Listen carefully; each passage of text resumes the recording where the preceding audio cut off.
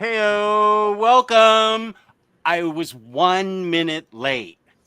I was lost in my music. What is this? Oh, my it's sitting on my iPhone. Hang on. Stupid phone. I look at this thing and I'm like, I can't live without you. And then I think, I hate this thing. It's always on me. I have a love-hate relationship with it. I'd rather we went back to phones that were just stuck to the wall and I didn't. Okay, old man yells at the clouds. I'm sorry. Do we have to have Welcome. a story? And scene.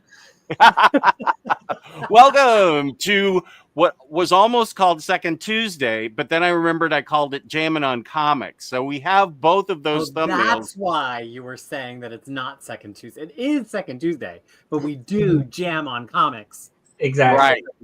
It's Right. not But I confusing. thought- The group chat is called Second Tuesdays, and this is called Jamming on Comics. I made the thumbnail, which is very sucky. I was helpless here alone today. Somebody let me into the internet with a box of crayons, and that's what we got. So sorry, not sorry, but this is what we've got. So do you think we should just keep calling it Jammin' on Comics, or should we call it Second Tuesday? I feel like we've been calling it Jammin' on Comics for a while. It is jamming on comics. Okay. Well, It can be both. no, I just like it just looked good. Second Tuesday, but fine. Okay. Peter M is here on the second Tuesday at 7:00 my time. What time is it tomorrow? Your time? It is 1 p.m. on a beautiful Wednesday here in New Zealand. We are into beautiful spring weather here in Wellington. The saying is, you can't beat Wellington on a good day. Although the winds are so high that I had to close my window because you would have seen like some Beyonce action with my hair if I left it open. But maybe we'll do that later just for entertainment value. I don't know. Yeah, we want to see it. Seeing your hair blow would be cool, like an MTV video. Right. I mean, I could do so much more. I could have fans. There could be fill lights. We could really get a much bigger production going here. That sounds awesome. And somehow Freddie is still at Matt's. Matt hasn't kicked him out. That was like a month ago, I feel like. You've been in Denver forever. Forever, and they want me to stay more days. Matt, is that true? Are you happy having Freddie there? Have been having a blast. He's cooked us some delicious food. We've gone to see a bunch of really cool stuff. It's been awesome. I made him walk to a Mexican supermarket. We did do that. Yes. Walk to Mexico. I spied with my little eye Mm. that Freddie got to experience some snow last night. Oh, Yes, I did. Little tiny bit of snow. Yeah, I also, friend, the first time, like when you first saw me, it was like, the minute it snows, I'm out. I'm changing my flight. I'm leaving. I did not do that. No, because it's a winter wonderland. To be fair, the weather was also very unclear about whether or not we were going to have snow. They initially said like end of last week, like, oh, it's definitely snowing Monday. And then on Friday, they're like, no, it's not. It's fine. And then Sunday, they're like, oh, no, it's definitely going to snow on Monday. Yeah, it changed by the hour. Like it kept on postponing, and then it was like I finally quit. I put up an Instagram, so it's not gonna snow, guys. I come out of the shower and it's white everywhere. Just to be a contrarian, yeah. And now, not trying to be sarcastic or funny, have you experienced snow before? No. Okay. You come from a tropical island of Puerto Rico, so. Yeah, because I've been to Virginia and DC just before it snowed. So I've been in near or at freezing temperatures, just no snow. Well, back that up a bit. You were where? I was in Virginia. Do you know this place? WTF? This was years ago. Oh, I thought Yeah. I thought No, it was no, on no, the no, way no. to Matt's. No. Oh, okay. I take it back. Yeah, calm down. We didn't know each other. Hold still. I'm going to hold it against you. Okay. We're getting a bomb cyclone tomorrow. Oh, we love those. I always yeah. love that. That and the thunder snow. Thunder snow excited me. Right. I have experienced thunder snow 2 or 3 times, but it's not bringing snow. It's bringing an atmospheric river of water here. So nobody knows this. Okay, no, I actually can't say it. I'll say it in the private chat. Why I am so happy to be out of my old house when it rains. Peace and love, peace and love. I'll say it privately. I don't want the new homeowner to find out. But the corpses in the walls. Oh, what? I mean, so unlike Joni Mitchell, you do not wish you had a river of atmospheric rain. Exactly. Yes. So, okay. Samantha's already in the chat here jamming me up. So just a sec, let me catch up with the chat because I'm way behind. Oh, Max was first. Yes. New albums I like this year. New albums by The Cure, Samara Joy, Nascimento Spalding, Anton Goodsmith, The Smile.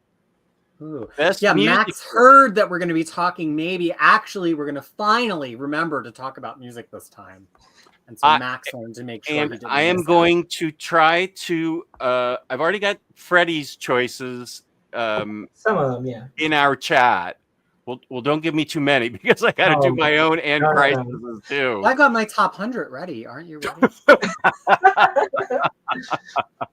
Chasing the Bird and The Search for the Sound. Oh yeah, he told me Chasing the Bird was awesome. Miles Davis in The Search for the Sound.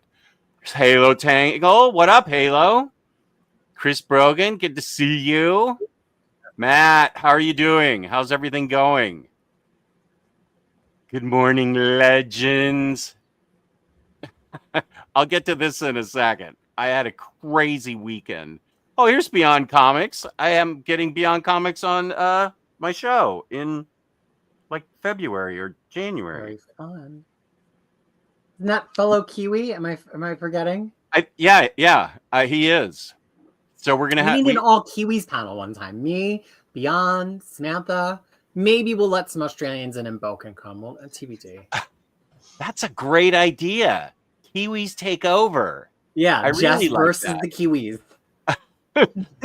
Matt recognizes your Bowie shirt, and here's Samantha to make. Samantha's here to make trouble. Okay. Oh, that shirt is awesome. It's so cool. I have a whole story. We'll get there. Yeah, it's very cool. Peter, have you heard of these things in New Zealand called donuts? I got a feeling Samantha's never going to let me live this down. I'm going to get back to that. Is that what all that chat was about? All right, I'll wait for you to explain it. There is a piece of donut news here, but I think I'm confused. There's clearly a joke. Yeah, you will be brought up to speed very quickly and realize why she's jamming me up. Rightly so. she's not the wrong one in this situation. I'm the useless idiot. So, William Lee, welcome. Dana, still up in the UK. Okay, Dana, thank you for watching. Saz Murph, welcome. Morning, comic people. Joey's from Down Under. Just wondering if it is possible to download more than a single issue at a time on Marvel, like you can on the DC app. I don't know because I always read it on the internet. I've never brought it on a plane ride or anything, so I don't know. Oh, you don't? You don't have the Marvel app? No, I do. I'm always in my house when I'm reading comic books, so I've never downloaded any. Okay. I see what you're saying. Yeah, I'm sorry, Joey. I don't know either. When I read, I just pick it out and read it and add it to my likes or whatever my group of comics is. No, I think it's just one at a time. Alex, welcome. Yes, I will tell everybody about it. He'll take it here. Thunder Snow is weird. It's really cool. Oh, here's Earth One Jess panel. Thunder Snow, Freddie, wow. That I have Jess on at 1 p.m. December 28th. We're going to be talking about Superman, the cozy reading of the Triangle Years. And then... love Triangle Years. Yeah. And this, I think, is even more exciting. As exciting as that is, I'm having... Okay, wait. What the hell? Isn't it? What are we doing here? What? January? What day did I say? Okay, hang on. I'm having a brain meltdown as usual, which will explain everything. Okay. Just a sec. Chris, 28th, the 4th. Okay, January the 4th. I'm having Jess and Maddie on, Wonder Maddie. We're going to catch up on new Superman, like current Superman. Oh, you've got to read from the beginning of not DC All In. What was before 1939? that? Dawn of DC, when Josh Williamson relaunched Superman with Jamal Campbell. It is it's so good. I have a stack of books. It starts with Kal-El returns, then like a bunch of super people show up. Perfect. And Metallo's here. It's like 4 books, and Jess and Wonder Maddie and I are going to read all those and just start getting caught up on new Superman while Jess and I keep reading older Superman. That's highly endorsed. That's how talented Jess Ashcraft is. She can do all that, and she's funny and she's smart. Yeah, Kayla Tangle doesn't know what the hell where. Kayla Tangle, you're not from the States, I think, right? Are you from Europe? I'm happy to tell you. Isn't she UK? Oh, wasn't the UK in Europe, or is that relationship over? Not anymore. Okay. I'll be happy to tell you about Thunder Snow. You might be right. Harvey, the Smile album this year was very under-recognized. Okay, Matt is explaining. It literally thunders as it snows. No joke. I've only experienced once. Took me by surprise. Okay, in the description after this show will be links that I create for everybody's music that they like this year. And I will include the amazing Thunder Snow Weather Channel video. Oh. Have you ever seen that? I don't know. It thunder strikes 6 times, and somebody set it to music and amped it up. It thunder snows 6 times on the reporter. He's like a really famous Weather Channel reporter. It's unbelievably great. It's one of the great. It's probably the only reason the internet exists is for this thunder snow video, because you get one. It's a huge once in a lifetime thing, but it goes up 6 times over his head. And he just freaks out on camera. It's great. I'll put the link for that in there too. I will say I was very shocked that snow makes everything so much brighter. Like it's just reflecting the light, so it's just bright the entire night. Yeah, I've always said it turns up the contrast on the whole world. Yeah. Yeah, and then we drove yesterday to a Chinese buffet, and there was a car behind us that literally slid on the ice, and we think it hit a telephone pole. They may have, Yeah. I've slid on the ice many times. It is scary. Yeah, I'm not sure if they hit the curb or the telephone pole. It's hard to tell, but they definitely hit something. As long as it wasn't you. No, it's not us. William Lee liked Linkin Park from Zero. It's a good album. What's up, Starscream? Baston?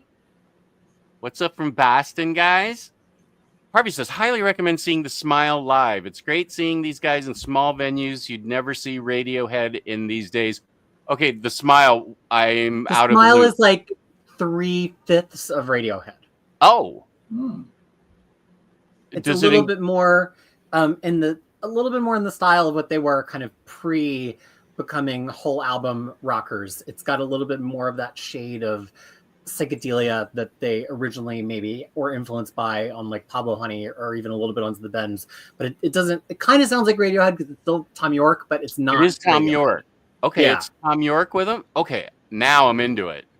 The first album I found a little like, okay, what is the point? But I've kind of felt that way about the past couple of Radiohead albums too. But then this year's The Smile album, I truly do really enjoy. Probably in my top 20. Ooh, okay, I'm into it.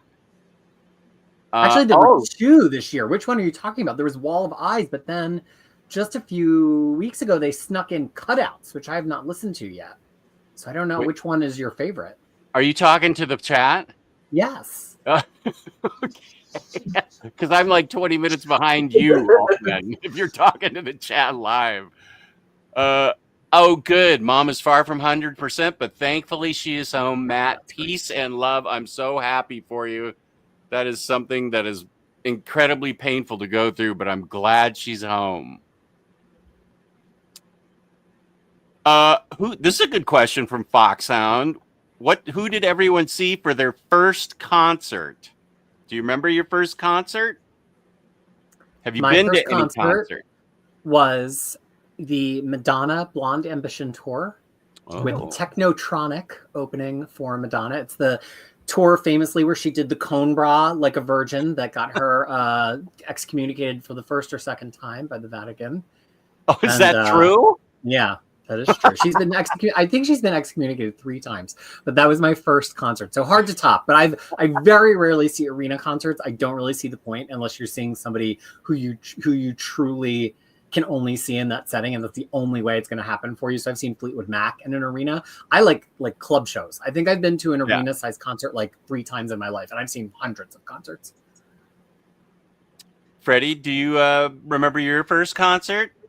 No, because I used to work on, or my dad used to work on them, so I do not remember what it was. I've gone to small venue stuff to see bands whose names you will not be able to memorize because of their pronunciation, and yeah, and the big concerts I've gone to is all work too.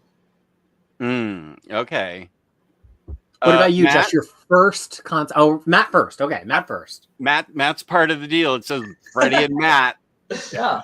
I actually saw when I still lived in St. Louis, Greg Laswell in a pretty small bar club. I'm not sure exactly what. I've never been to the place before, but at the time he was one of my favorite indie sort of folkish artists. So it was really great to see him. My first concert was in LA where I saw David Crosby and Graham Nash live. Wow. Yeah, that was great. My brother and his girlfriend took me to that. The second concert I saw was mind-blowing. It was Kiss in 1977, and Cheap Trick opened up for him. And Cheap Trick, peace and love to Kiss, Cheap Trick was the star of the show. I had never heard of them. That was my first time seeing Cheap Trick, and they blew me away, and I ended up seeing them like 7 times after that. I loved Cheap Trick. And we stood in line for like 7 hours to get into the Cow Palace, which is aptly named. It is a cow palace. It was awful acoustics, but man, Cheap Trick lit it up. And you know, Kiss was Kiss. I loved them at the time, but I don't think they had put out more than 4 albums still at the time. They hadn't gone crazy. KGB, good day, fellas. Good day. I made it to the beginning, so glad to see everyone. Chris, good to see you. Stop yelling, Harvey. Doc Elevator happy for Matt. Yes, absolutely. Javier, one of the winners in the chaotic giveaway of Saturday, not Doughnut Disaster Sunday, which I will get you caught up on in just a sec. Okay. Oh, Halo Tangle, so happy to be done with first year of college. A's in every class. Nice. That's what we like to hear here. Hello, Tangle. Well, why is... There we go. There you go. Good job. Only straight A students on Team Krisis.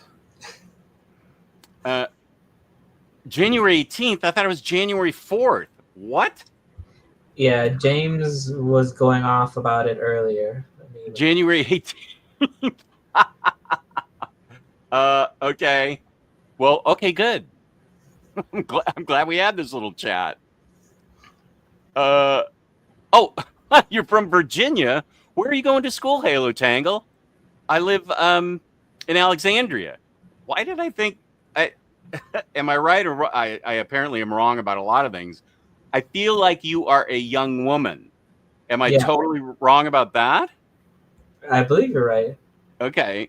We've been told to use she, her pronouns, so that is what I've been working from. Okay. Okay, James, live at 8 p.m. a few days ago. It'll be 1 p.m. Just December 28th.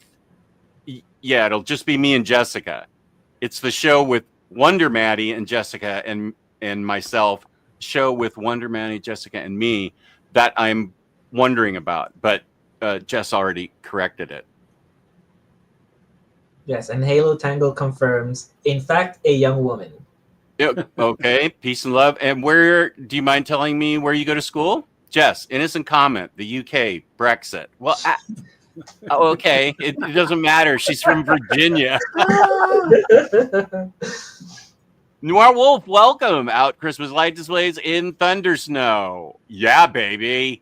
Hey, here's Omnidog from Down Under. This is a time that works well for this side of that side of the world. Working from home, so I get to watch. Nice. Max is still here. Okay, good. Good to see you, Max. Yes. Why haven't you been sending me pictures of Coco? What's going on with you? I haven't gotten pictures of your dog in like 5 days. He is the most gorgeous dog. He does, yeah. She's so sweet. Harvey. I was bothering Max earlier in the morning. I was telling him, like, we're doing this. You got to watch. It's music. It's your time. Fifth of Jack Gaming. Right after I saw Kiss, I saw Ted Nugent. I'm almost ashamed now to admit it, but back then he was just a rocker. But have you ever seen David Bowie? I have not. I did not get the chance to see David Bowie, which eats at me to this day. If you go to my Amazon Music thing and do a playlist like Spotify does, I'm quite sure Can't Help Thinking About Me is still number one on my list. That is my favorite Bowie song. I play it almost every night before I go to sleep, along with other things. Harvey Picar saw Red Hot Chili Peppers right before John quit the band for the second time. Crisis, I absolutely love Moon-Shaped Pool. I actually did too. Wasn't that like 2000? I'm in the trenches fighting about Radiohead here in the comments. Oh, you're already going back and forth. That's why you're so quiet. Yeah. I've seen AC/DC. I saw him about 4 times. Was heavenly. I've seen Bob Dylan 17 times. I've never seen him. Wow. That's like how many times I've seen. Who have I seen that many times? Probably only songwriter people. I don't know if I've ever seen like big acts that many times. Billy Idol, that's a good one. I agree. That last Radiohead album was amazing. Saw them live in that tour. It was incredible. I don't know who that is. You would totally love the Bad Plus. The Bad Plus. Would I? I think you would. Okay. I don't want to lose Batmantha because the Bad Plus, because I want to address. They're jazz. They're jazz. They're like slightly avant-garde or fusion, but it plays well on a playlist with rock. It's not just like a straight up jazz combo. It's got kind of like rock song forms at times. Okay. Eric Skywalker saw King Crimson. How old are you, Eric? Was it the King Crimson reunion, or did you see him like back in 1969? I've seen Tom Petty and the Heartbreakers. Yeah. Tom Petty. Oh, I love this. My first concert was TMNT coming out of their shells. Nice. Oh, those are two very awesome. Bon Jovi and Madonna. Taste. He's deep in. He's practically from New Jersey. Look at that. Bon Jovi followed by Madonna. Yeah. Crushing Crisis couldn't be more wrong. Okay, now the chat started. Moon-Shaped Pool is a banger all the way through. No, it the is opening not. song is awesome. The first couple songs are great. Oh, but then it gets it's like they didn't have enough ideas. But that's how I felt about the past few Radiohead. I'm a big like Hail to the Thief truther. I think that was such a definitive statement. And then after that, yeah. James with the right hashtag. Yes, I need that Joker clip of him killing Jason Todd. So, but then can we get Brave and the Boys Jake's face on Jason Todd as he? God, that's dark. Okay, good. Yeah, I think he would think it was very funny. He would think it was very, very funny. Matt's fave is Jason Todd. You're making him relive so much pain right now. Best Robin, and you're doing this to my boy. That's terrible. I've already reveals a very slim window of entry into comics if Jason Todd is your Robin. I've already anointed Dom of X as my Tim Drake. So he's now the I've already adopted him. And then eventually a younger model will come along and they'll be your Damien.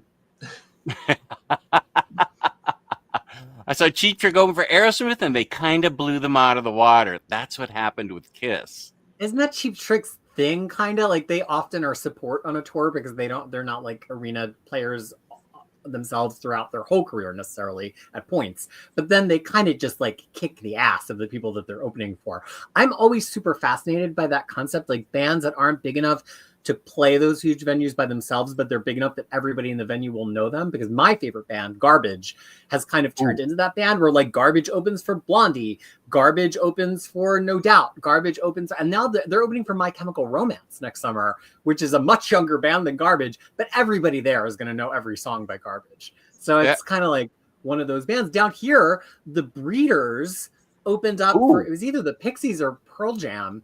But I'm like, the Breeder, like that.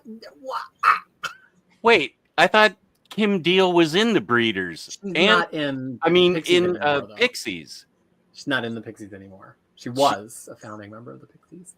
I just listened to parts of her new solo album. That thing kicked ass. In my top 3. If we're talking top albums of the year, Kim Deal's solo album, immediate top 3. Listen to it. I think I contacted something divine while I was listening to the first couple songs. Like I had one of those moments where the music just opened up and I had enlightenment. Yeah. Doesn't she play all the instruments? I do believe she plays the vast majority of them. Yeah. She's amazing. Marcelo from Mexico. Yeah. Welcome. I loved Bananarama. You saw them in concert? Or that's awesome. Bananarama was great. I thought they were really good. I love me some 80s pop groups. That's like my. Well, here's an 80s group for you. The first band he saw was Dexy's Midnight Runners. Now here's the challenge. Can anyone other than Lost G name a Dexy's Midnight Runners song other than Come On Eileen? No. That's kind of become my specialty the past couple of years now that we're in this like Spotify world, is I just have this huge list of all the 80s one-hit wonders, even if they really had other songs, but we remember them as one-hit wonders, where I don't know other songs and I'm just methodically going through, and I don't want to just hear their greatest hits. I want to hear the song, the album, the one-hit wonder song was on. So their one, right? Come On Eileen from Dexy's Midnight Runners. Another one for me is Take On Me by Aha. Aha was a big band. They had more than one hit. But I really love going and listening to those albums. And then sometimes you recognize the other songs. Another one for me, and again, I know they're not really a one-hit wonder, but I didn't know their other songs, was who sings Don't You Want Me? Male, female vocals. Human League. Human League. I didn't know at the time any other Human League songs. And then I went and listened to the albums. I'm like, I know a ton of Human League songs. I just didn't know they were by Human League. Yeah. Fascination, another great Human League song. Oh, So that's one of my big pastimes, is picking a band you think is a one-hit wonder and then actually realizing you know other songs by them too. Okay, this is going to date me. Well, I am trying to certify myself as the oldest comic book reader on YouTube. The oldest living comic book reader on YouTube. You're owning it? You're older than Larry? Oh, yeah, way older. Oh, wow. I think I'm 7 or 8 years older than he is. Yeah, he's a kid. Yeah. A mere child. He's just a kid. I was listening to Human League on my Walkman in the drugstore playing Donkey Kong arcade game. And I never made it past the 3rd level. I had a stack of quarters there because there was this Donkey Kong is brutal. Original Donkey Kong. I never got past it. I thought it was great that I got to the 3rd level. I was like, how am I ever going to beat this game? I got Kid Krisis a Switch for her birthday this year. It was really for the whole family because, like, everybody plays it. And so, but I didn't get her any games at first. I said, you just get the Nintendo and arcade emulator and you've got to play old games because she has no manual dexterity on a controller. So I was like, you're not ready for like 3D, all around games. So she's playing things like Donkey Kong and she's like, I can't even get past one level. And I had to explain, like, yeah, arcade games it wasn't about like saves or progress or anything. You were there with a roll of quarters if you were lucky, and you maybe got to the second or third level, and that was your big achievement. Usually they were made to be punishingly hard and not give you very many chances because they were little profit machines, right? They weren't for home entertainment. They were to keep you in the arcade buying your sodas and standing at the machine pumping your quarters into a slot. That's why I was so happy when I got the first NES. I'm like, yes, I'm going to save money now. I don't have to spend quarters anymore. This will make me money. That's how I felt about the first Teenage Mutant Ninja Turtles game on NES, because that was an arcade port. And I remember wasting so much money in the arcade because it was not sophisticated. You like used your weapon or you did the jumping kick. It was only like a notch above Double Dragon in sophistication. And I remember getting it and being like, yes, now I don't, this cartridge was as much as like 2 trips to the boardwalk. I don't ever have to go to the boardwalk to play this game again. What was that kind of cartoon game, King's Lair something that was 50 cents? And it was like a moving cartoon. It was 50 cents because the graphics were, it was like you were playing in a cartoon. I remember what you're talking about, but I don't know if it was Sasmurf and Halo Tangle are saying Dragon Slayer. Dragon Slayer? Yeah. Okay. Yeah, I would last. Oh yeah, game, I remember 20 this. seconds. 20 seconds, I'd be dead. I'm like, okay, I'll put another 50 cents in. And I'm like, wait a minute, this is 50 cents I'm losing here, and I'm not even making any progress. Dragon's Lair. Dragon's Lair. Lair? Lair. Lair. Depending on your accent. Lair? Lair? Yes. Lair. Okay. Oh, so King Crimson reunited. Oh, okay. 3 drummers. Wow. Joey, this is the show you want to watch. We love everything. We have high enthusiasm for absolutely everything, nerd, pop culture, whatever. And then wait until we have an episode all about cheese. Nerd cheese? I don't know. I was just trying to think of other things I love, Jess. Oh. I love cheese too. Marvel Bab, I don't think Marvel Bab hasn't missed a show in like 5 years from the UK. Marvel Bab, peace and love. I hope you're doing well.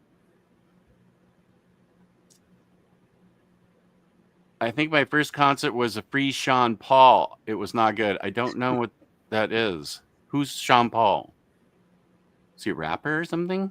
I know exactly one song by Sean Paul. It was like like mid 2000s it came out. I'm gonna blank on the name of it. It was like all like it's on the radio constantly. It's like very much like sort of like a Caribbean kind of like yeah, he's Jamaican. Yeah. Oh. Get Busy or Temperature? Yes, Get Busy and Temperature. Actually, both of those. Yeah, I know actually both of them. So 2. I lied. I know 2 songs. Harvey.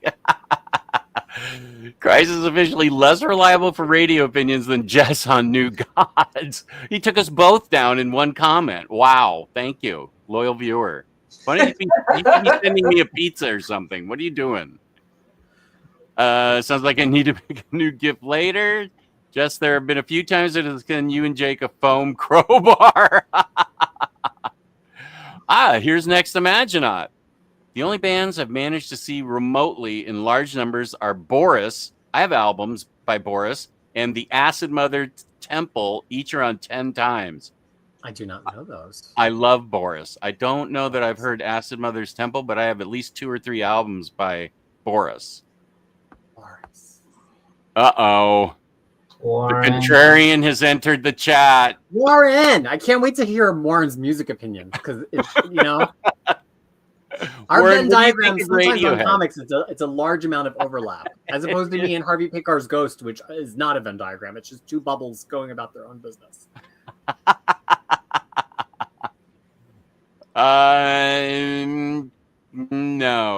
No, I'll have to do a deep dive and think about who was my Dick Grayson. Probably Riley. You have to look at all their butts really closely to decide. Yeah, I think Riley would be Dick Grayson. I think Riley was my Dick Grayson. Although he doesn't have the cake of the real Dick Grayson. Right. And if anyone deserved the crowbar, it was Omar when he he knocked something down. Oh, when he visited me? Yeah. Yeah. Oh, that's when he got banned from my house. Yeah. He was on probation for 5 years. Yeah. My first concert was my dad taking me to see the Temptations of the Four Tops in the 90s. Ooh. Yeah, I was thinking that too. The Breeders opening for the Pixies would be awkward. Maybe it was Pearl Jam. I don't know. They're just one of those bands that in certain venues in the States, the Breeders just did their 30th anniversary tour for Last Splash. And I was like, oh gosh, I wish I could have gone to that. But they're one of those bands that then also you'll see them open for like a really, really big band who obviously loves them and reveres them in a much bigger venue, you know? Right. Okay. Garbage, Kim Gordon, Fantagram, who I don't know. Very Well, they've been around for a while. Chris Brogan. Before I found out he was I saw Aaron Lewis and Stain 3 times. I've seen Lord twice, and I was supposed to see her a third time, but I accidentally threw the tickets out. Yikes. I had that happen to myself in 1981. I had 2 tickets for the Moody Blues. It cost me like $20 each, was a lot back then, and I lost them. Wow. Lord, our New Zealand mascot. Oh, Devo, I bet they are great. Harvey has a lot of thoughts tonight. I wish I'd seen Cream back in the day. I saw him in 2002 on the Construction of Light tour. Thoughts, yeah. In the mid-'80s, I used to confuse Depeche Mode and Tears for Fears before I heard more than a couple of songs. Oh, another one-hit wonder is Big Country. Do you remember that? I might have a It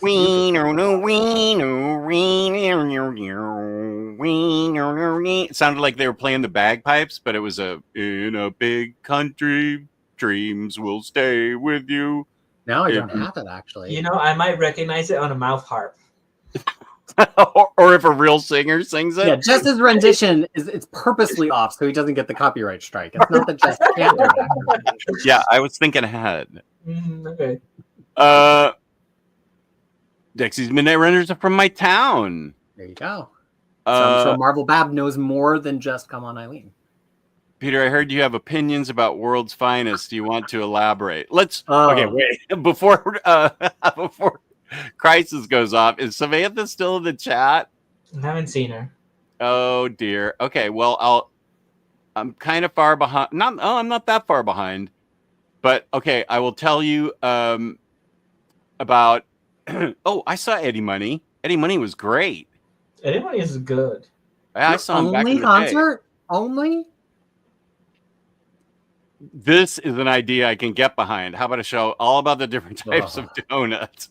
I would have to fast for a month to get ready. I'll tell the donut story that happened on Sunday before I tell you the chaos of my giveaway on Saturday. Dom and Webhead from comicreleases.com were on a live collected edition show that I was doing Sunday night. And Samantha was in the chat as she is. And we always talk about food for some reason for the first 45 minutes. And we started talking about Krispy Kreme and how Dom can go to his local Krispy Kreme and get a dozen hot and eat them all at once. I have 2 stories about that. Okay, so he could eat them all at once. People were shocked that he paid $25 for it. So we all went to our apps, Chris and myself and the chat, and we were like, okay, so how much is a dozen donuts here? It was like $15 for me. And then I started showing pictures of donuts and stuff, and Samantha Jane said, I've been eating nothing but Whole Foods for 2 months. Y'all are making me hungry. And I was like, I said, Samantha, I know you have ice cream in New Zealand. Do you have donut shops? And it was like I asked her if they had fire or if they had discovered the wheel yet. I immediately regretted that. And she came back at me like, zing. And it was funny. And then Dom said something. I was like, oh, because Dom's Filipino. And I said, well, Samantha, have you had an ube-filled donut? Oh. Thinking I had her there, and I wasn't actually trying to catch her on anything.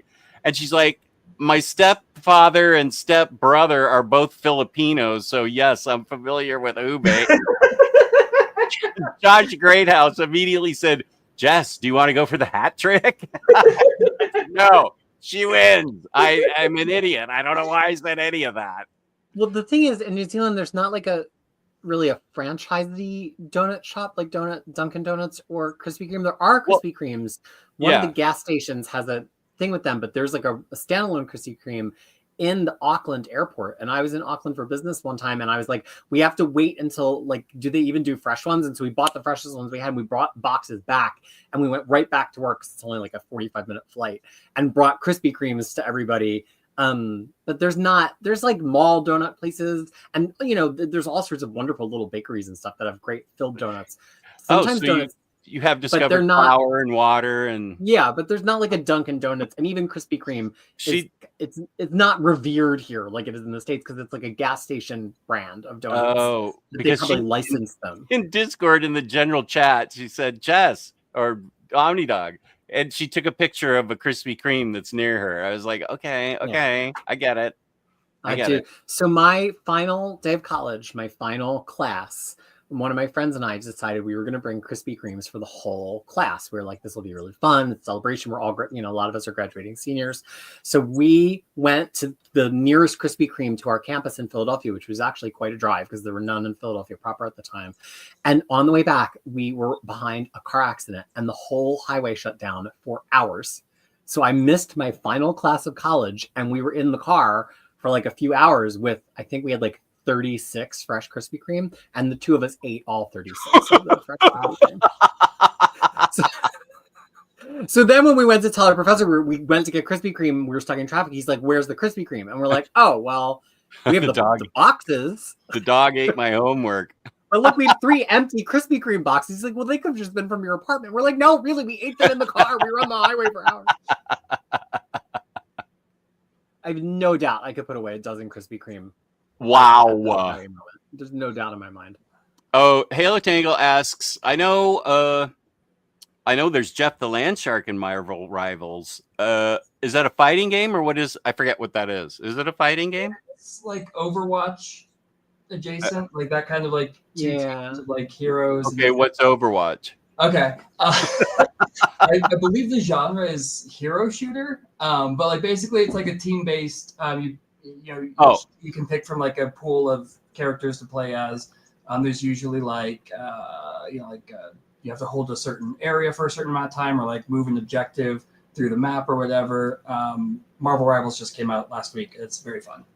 Okay, I understand that concept. You're online, you're playing with a team that you've created, and you're fighting someone else? Or yes. Yeah, okay. So it's a 6-on-6, I think Marvel Rivals is. So they've got 33, I think, characters in there right now from launch, so it's pretty awesome. And who are you maining? Loki. That's why you switched from the Scarlet Witch? Yeah, Loki. I got MVP with Loki last 2 days ago, so I was very happy about that. It's interesting to me that they've kind of plugged, it sounds like they've plugged the characters into like your standard archetypes of like whether they're tank or blaster or healer or whatever. And so I'm not fast enough to play games with the modern children. I'm like an RPG turn-based person, but I'm interested to see which characters got assigned to which archetypes. Yeah, Loki's a healer, which is weird, but it is what it is. Well, they got to find somebody who can be the healer, right? It's got to be like Loki or Scarlet Witch or who else could you use? Skewed the roster very heavily towards DPS. I think there's 20 out of the 33 are damage characters, and then so it's like and then Jeff the Land Shark is also a healer for whatever reason. Yep. A healer that I don't understand, but he's got a great move, and he kills different. He killed Matt and his husband yesterday or the day before. Very funnily, they were in a lava map, and he literally ate both of them, and he threw himself off the map into the lava and killed us both. That was just like the healer did that. I thought the healer was supposed to heal. Yeah, well, they still have offensive capabilities. Yeah, their main. Okay. Yeah, like if a healer shoots at an enemy, it takes damage. If they hit an ally, it heals them. But Jeff doesn't hit enemies as so much that he eats them and he spits them out. Yeah, I think it's his ultimate move. It's like he just eats all the people in a certain radius and then just like runs them off. So it's crazy. Crushing Crisis in the chat. I cannot believe I did not do a spit take on that comment about Riley's cake. Weren't you shocked that came out of my mouth? That I just taken a drink of water, so I was Herculean. I was. We really need to send that over to Riley. I tried to, on the topic of these kind of like new wave mobile browser games, I tried to play Fortnite, I think, for one day in 2018. It was like, I was home. I just got back from the gym. I'm like, oh, let's see what the children are talking about. To me, I was playing it like it was Sim City. Like I was just building this cool little house. I didn't really get that you could like shoot people. I was just like, oh, I'm building my house. Look at this. And then I wound up being the last one on the map because I wasn't near anybody. And I was just like building a house. And so then the person is like stalking me and I'm getting shot. And I'm like, who's shooting my house? I fundamentally did not understand what Fortnite was for. Amazing. Yeah. Back Kato, good to see you, buddy. Peace and love back. Def Leppard or Whitesnake was my first concert. Okay. Going for that hair metal. Other than extreme metal, I don't know anything from the 80s I like. Whitesnake, one of my favorite songs. Here I Go Again. Love that song. Karaoke go-to for me. Biggest sad ticket mishap, Aerosmith with Hinder with original singer opening up for them, but it was a blizzard and there was no way I was going to go make a 4-hour drive. Did you already answer this, Krisis, in the chat? I love Station for Station, Revere. It's probably the best EP of all time. I am a Ziggy Stardust fanatic. I literally learned to play guitar so I could play Ziggy Stardust. And I'm sure I've told the story 100 times of being like, well, why do I have to learn? Why do I have to learn a B minor? Is B the same as B minor? What's the difference? But I didn't care about it from a music theory perspective. That came much later in my musician career. I just wanted to know which chord I had to play to be able to play Ziggy Stardust. So I just remember. I mean, I literally would just sit in my house and do. And so over and over and over for months and months and months until I could play Ziggy Stardust. So that's the whole reason I play guitar. So that's my favorite album of all time, not just Bowie. I get it. I'd love to see Sarah Brightman live. She was like the Phantom of the Opera woman, married to Andrew David Lloyd Foster Webber. Fabulous voice. Or did I think David Foster Wallace? I'm in totally different. Oh, Big Country I was had wrong. Kate Bush on one of their albums. He's a writer who did, yeah. Kate Bush was definitely not a one-hit wonder. I loved all Kate Bush back in the 80s. Johnny from Finland. He's an old-time rocker. So Johnny was saying what precipitated this, Jess. The background is he said he used to hang out with Butthole Surfers. Do you remember that band from the early 90s? I used to have tapes of theirs, yeah. Yeah, so that's where this came from. I was like, what? And that's now share his comment. Okay. Yeah, he was living the rock life for a long time, yeah. Mark Wade's World Finest. I couldn't get past the first 5 issues. Oh my gosh, Harvey, I agree about Stop the Presses. Harvey, I agree on something. Why do I have you on? It's so hard to be your friend. What is going on here? Somebody should put Harvey in timeout. What the hell? I saw Devo last year. No thanks. What is happening here? We have this chat trends very classic rock in general. A lot of classic rock and like new wave. A lot of new wave hair metal. I'm glad because I haven't been able to see the Sabrina Carpenter Netflix special and it's been killing me. Oh. What is Matt doesn't have Netflix? What kind of hell are you living in there in Denver? It's just we said we're gonna watch it with his husband, and his husband is here playing Dragon. We're in his computer right now. He's playing Dragon Age every single day, all the time, and he won't watch it with us. Well, they did a terrible arrangement of Last Christmas. Not my fave. Chappell Roan sounded great, but yeah, that's right. Oh, I meant to Wikipedia Chappell Roan because I haven't heard enough of her, and need to know more about her. I will We just admit- listen. It's just really the one album. She had some singles before that, but they've kind of been like retroactively erased because it's just the one album and Good Luck Babe. And then the song she did on Saturday Night Live. But better than her album is her recorded concerts. That's where she really shines. Because after she recorded her first album, she got Miley Cyrus's vocal coach. And you can tell she leveled up. Like, all of her live performances are so much better. She's got an actual band playing. It's so, so good. Yeah, her stamina, her vocal stamina and the resonance of her voice. I mean, it's the same notes she sang in the album, but in the album she sounds very thin, like she's really pushing things. And she's always been a good singer. You can find old clips of her from 2017, 2018, but now when you hear her sing live, it's so much bigger and more supported. So I agree with Freddie. I love hearing her stuff. But listen to the album. It's nominated for Album of the Year at the Grammys. It's got good stuff on it. I just got the sheet music, so I've been playing it all week on piano and guitar. Nice. Yeah, but specifically, like on concerts, sometimes she misses a few of her own lyrics because she moves around a lot, and it's great. I love like listening to her voice change as she's moving. But the best thing she did was a tiny desk because she can't move, so she just nails every single song out. I love those tiny desk concerts. Tiny desk is revolutionary. Yeah, her Red Wine Supernova is still my favorite thing I've heard. I saw Idol's Tiny Desk concert. It was amazing. And Wet Legs. I love Wet Leg. I love Wet Leg. That's probably the other thing I listen to the most. That's courtesy of Larry's Library. I don't know if Omnicat told him about them but I learned about Wet Leg from Larry. And that album of theirs, that debut album of theirs, I would put that up against like a lot of debut albums. That thing is strong all the way through for me. Like, yeah, and I love there was this brief period for a couple of years that finally is tailing off where all of these new acts were really reverent of the women of early, mid, even late 90s alt rock in a way that we haven't heard for a while. Like it felt there was Bowie and Soccer Mommy, all of these, and Wet Leg, and they all really were very reverent of like Liz Phair and Veruca Salt, who I love, one of my favorite bands of all time. I love Veruca Salt. Yeah, only 2 albums originally, and it was just so fun to hear a band do that, but not just emulate that, but like be inspired by that and be the next generation. Oh, there's another band that sounds a lot like Veruca Salt. I gotta remember their name. Oh God! Now we're like, my ears are buzzing. You were talking about Wet Leg, and I started thinking about something else. Tiny Desks. If you haven't seen Doechie's Tiny Desk yet, she's a rapper. She just did actually first go on YouTube and look her up on the Stephen Colbert show.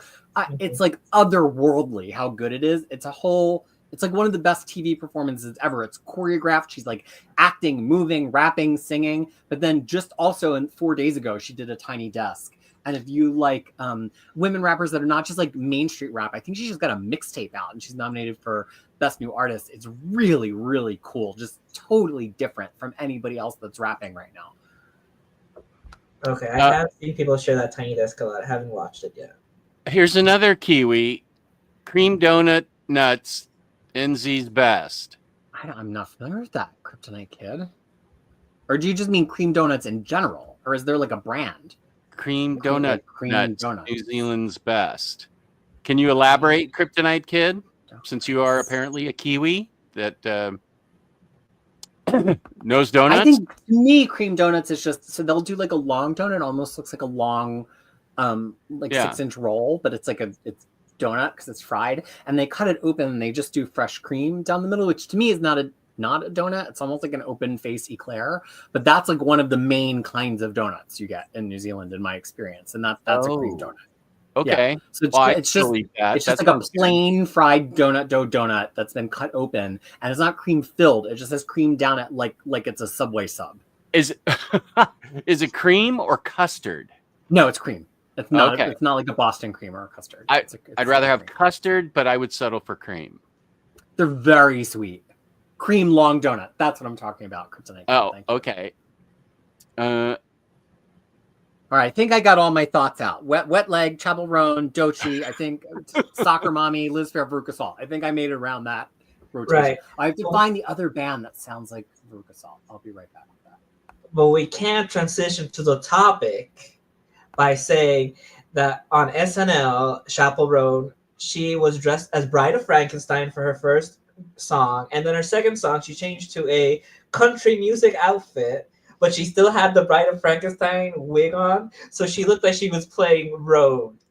She looked just like Rogue. It was really, really cool. It was Oh, like that's awesome. it was like, what if Rogue stole Dazzler's powers instead of Captain Marvel's? It was great. It was pure Rogue. The other band that sounds like Veruca Salt, and they actually talk about how much they love Veruca Salt, so it's intentional, is Skating Polly. They had a double album out last year called Chaos County Line that had a couple really good songs. If you listen to one, I would recommend a song called Hickey King. That's probably my favorite song in that album, probably one of my 100 favorite songs last year. Hey, Larry, I just saw you in Do I Like Bodega? I like bodegas. I don't know bodega. Oh, here's Hondo. He works for rock concerts, listening while getting ready to go see Social Distortion at the Fillmore. Whoa, Fillmore, New York, Fillmore, Philly, Fillmore, what? Which Fillmore? San Francisco. San Francisco. Now it's like a brand. There's a Fillmore in Philly. There's been a Fillmore in San Francisco. I went to the Fillmore back when I was like the 20. original. Yeah. This is a nice compliment from Earth's Geo. This gang is my 100% comfort streams. 1,000 times better than meditation. Well, I'm glad we can comfort you, Earth's Geo. Thank you for that nice compliment. I'm going to read the polar opposite of that from Kane. Good evening, everyone. I totally forgot about this live stream. It's been a long day. Well, we hope we can help you, Kane, because we love you. Whoop. Let's see. Kane, here it is. Yes. Totally forgot about this live. It's been a long day. It's been a long day for me as well, Kane. I've been in meetings right up until we started this chat, and it's been a lot. Very fun, challenging stuff, but I didn't even get to go swimming. I've been working since like 5:30 this morning, so I'm ready for some streaming. You put on Blue Sky the other day that you were getting headaches from not going swimming? Yeah, I'm turning into a monster not going swimming. I've been swimming so consistently that I didn't swim for a couple days this weekend, and I was turning evil. But then I couldn't go today because I had meetings all day. But I got a membership. Now I used to only go in the morning and I would like have to pay because I figured, that's the time I can like get the most out of paying $7. But now I have a membership. So if I could just go and swim for 2 minutes and it'll be worth it.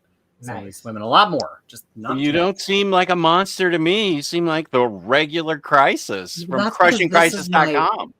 I was high key 30 minutes before we started this, but I put on my Bowie shirt, I got my little faux hawk going, and I just chilled out. Exactly that. I usually stress to be ready for live shows, but this one is de-escalation for me. Yes. Achievement unlocked. Cheese says Salad was the first band that I saw live. I'm not familiar with Salad. I like cheese in my salads. I'm with that too. Yeah. Okay. Oh, Next Imagine has a double one, a two-parter. Speaking of Kate Bush, love.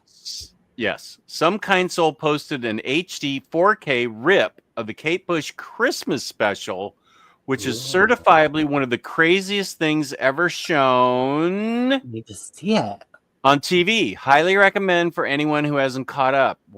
Is that on you? Is that on YouTube? On YouTube. And I love that we're going back to having random big stars just having Christmas specials because it's not the same as a concert special. It's like you get to see into their mind a little bit. I loved when Lady Gaga did one, like I guess 10 years ago now, with the Muppets, and you realized how truly crazy Lady Gaga really is. And so I watched about half the Sabrina one, and I like it because she's very sarcastic. She has like a very silly, sarcastic sense of humor, and that that doesn't come through for me necessarily on the record. So it's fun because it kind of like gives you the person's whole aesthetic. So I say bring back the weird, and I think keep Christmas specials weird. Like they shouldn't be like overproduced and perfect. Let them have Muppets, have the person do karaoke, have big song and dance numbers. Like just make it weird. Yeah, agree. Bill Murray did one a few years ago on Netflix, which is still fantastic. That one is bonkers. Who did Bill Murray? It's called A Very Merry Christmas. Jenny Lewis, I think, is on it. Somebody else I really like. Yeah, I don't know. I don't know that. Yeah, there's one bad song though. It's the oh gosh, I'm blanking on his name right now. I'm gonna feel so bad. Yeah, Jenny Lewis was in it. Clooney. Clooney was in it. Miley Cyrus was in Yeah, it. that before, song with Clooney was awful, but everything else was great. George Clooney can't sing. It's the whole concept of the song plus the actual song itself. Now this one I know because I listened to it all day yesterday. The TikTok dryer song. That dryer has been in my head and I have not been able to shake it out. That is right up to when I love it right up to when the girl starts singing in the coffee shop or whatever about the dryer. That is so awesome. I love that TikTok thing. That's awesome. Nabrina, wait a sec. Okay. Wait, here's Larry. Okay. There's Larry. Yes. Wet legs, yes. Wet legs, yeah. Okay, awesome. Wet leg is fantastic. Nice. And they are even better live. Tons of clips on YouTube. If I could see them live, I might really just go see them. I'd venture out of my house to see them. That's how much I like them. Yeah. When I first saw the music video with she's got the lobster hands, I died. I was like, this is the funniest thing I've ever seen, and it's just so funny. I love music that's like good rock music, but then when you see that artist's way of visual communication, it's something really absurd and like borderline Dadaist like that really clicks for me. I know that I'm like gonna appreciate that person. Yeah. No, Marwolf, also a huge Wet Leg fan thanks to Larry. Larry, you've spread the word. It's awesome.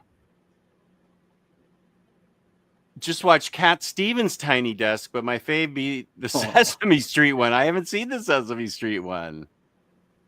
My all-time favorite may be Lizzo. I've listened to the Lizzo Tiny Desk a criminal amount of times.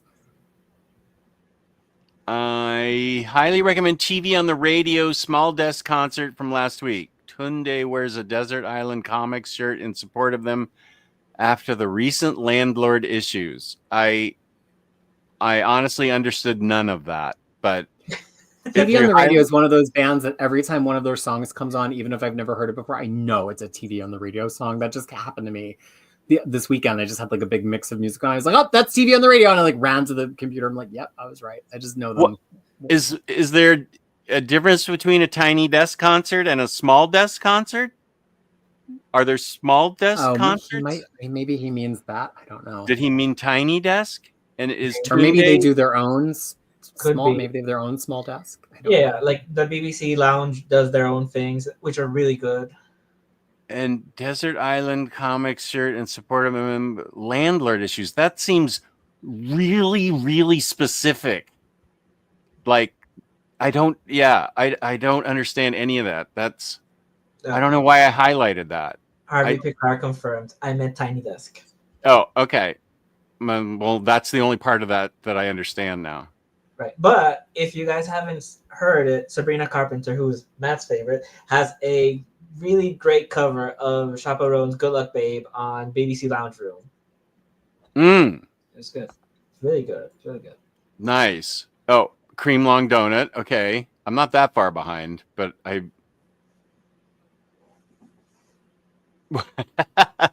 We're talking about music. I'm trying to work donuts in, but it's mostly music. Peter, have you heard of foxes? Yes. Yes. Okay. Whether I have them or not, I don't know. Let me go to the master database. Foxes. Yeah. I was talking to... I have a record from 2014, 2016, and 2022 that I haven't listened to yet. Okay, they're really good, but she excels in covers. Like, she does a ton of covers. Like, the first time I heard of her, she was in an episode of Doctor Who singing Queen, but like a really jazzy version. Alexander says the stream is great. It just needs Jake.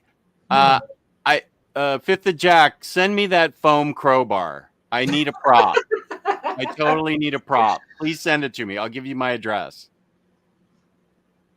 Oh my gosh, what is happening? Yes, we've got Harvey Picar, Warren Weaver, and Krisis united. United. You have to know that's not a good group to be in. You don't want to side with them. That's right.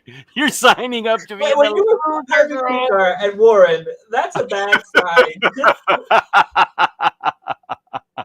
You guys are the bullies on the playground. Right. There's only one Fillmore. You are 100% right.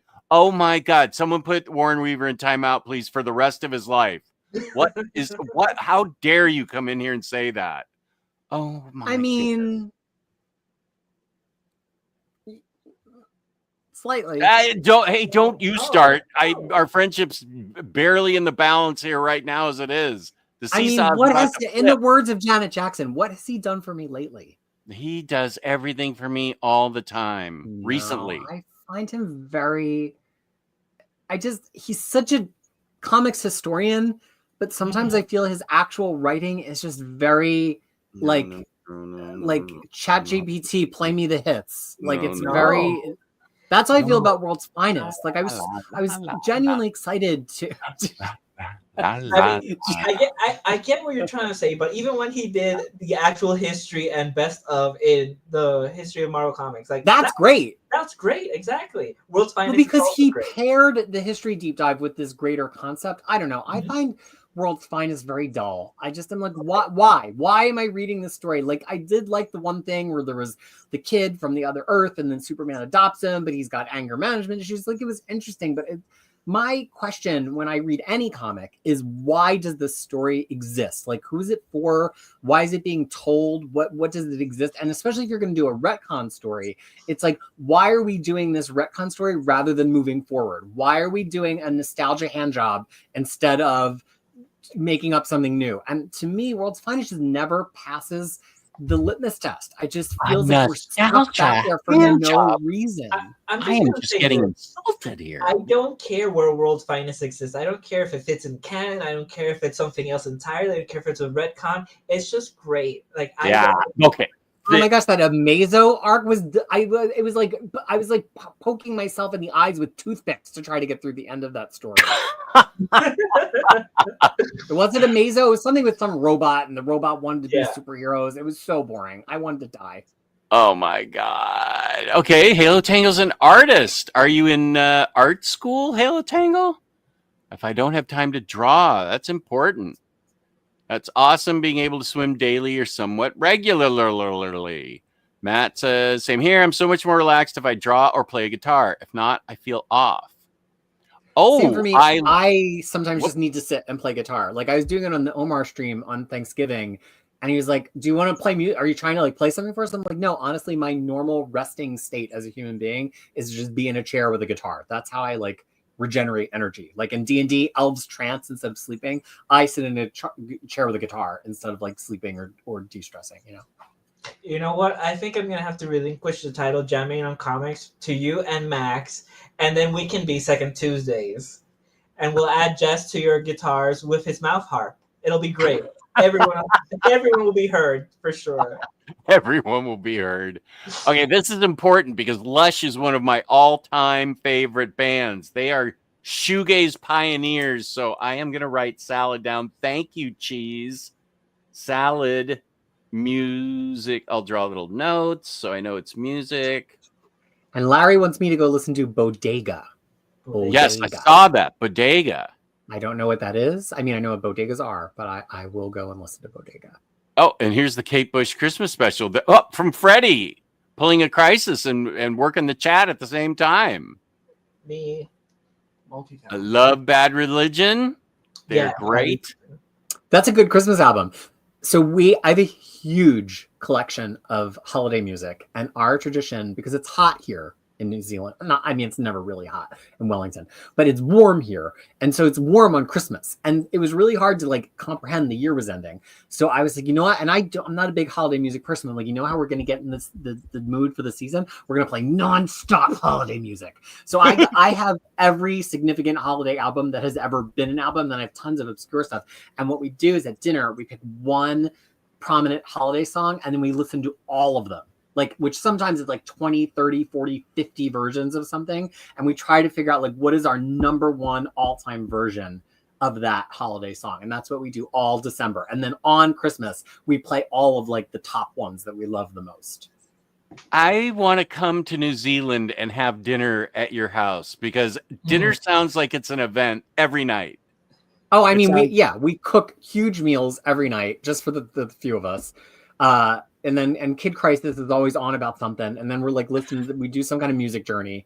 Yeah, it's an event every night. I love how it sounds. I know I need to be invited first, but just remember, if I visit New Zealand, count me in.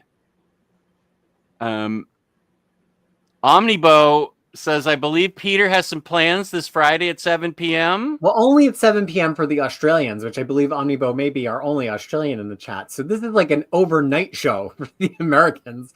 It'll be 9 p.m. for me. So on the East Coast, it will be 3 a.m. But Omnibo on Aussieverse goes live a few times a week. They do an earlier in the week episode on, I want to say Tuesdays or Wednesdays, where they go through the whole FOC, the final order cutoff for the next week. Oh. And then they do a more general chat show on the Fridays. And so I told Omnibo that I could not come on Aussieverse until I was done updating every single Marvel guide on Crushing Krisis. And guess what, folks? It's done. If you go to Crushing Krisis, every single Marvel guide is updated with collections that are coming out through 2025 and character appearances through the September or October. So now I'm allowed to dally on the internet outside of my contractually obligated appearances on Your Mid Condition and Omnidog's vault. So this Friday at 7 p.m. Australian, 9 p.m. New Zealand, and 3 a.m. U.S. Eastern, I will be on Omnibo's Aussieverse.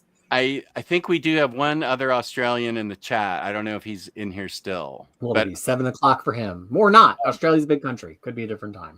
It's true. Aussieverse. I'm only friends with Australians that are in that time zone, though. All my Australian friends are in Omnibo's time zone. Omniverse. Aussieverse. Aussieverse. Omniverse Aussieverse will be on Saturdays in the Batcave, January 25th. Yes. Man, you book out far. You're like Coachella announcing the lineup for next year in November. I've already been booking into February. I got to get people on my shows because I don't have. I'm missing 2 co-hosts now, and I got to plan far ahead. Kristen's out with child, and the minister's out with a new job and other children that he's had along the way. So, yeah, I have to book far out. I gotta get. What? How? What is this chat? How is it turned against me? You come in here and you talk Niners against the Rams. Oh, Javier, you want a book from me? I might slip something in there that's pro Rams. What the hell is wrong with you? Your Niners baloney. It does. We'll see if Peter is from the womb to the tomb. I don't know what that means. That's I remember I heard that in West Side Story, but I don't know how Omnibo means it. TV on the radio had Bowie on their debut album. That's right. I like drawing something. Any suggestions? Harley Quinn, Catwoman, Lois Lane, Jeff the Shark. Let's see. Christmas Harley Quinn, Black Canary, Batgirl, Batwoman, Starfire, Supergirl, Hawkgirl. Did I say Batgirl? Oh, Yeah. Power Girl, Poison Ivy, Spider-Man. What are you doing over there? Magic, Emma Frost, Magic, Scarlet Witch, X-23. I just gave you like 20 things to draw. Let's go, Halo. You can do it. That's a good assignment. A month of Omnidog.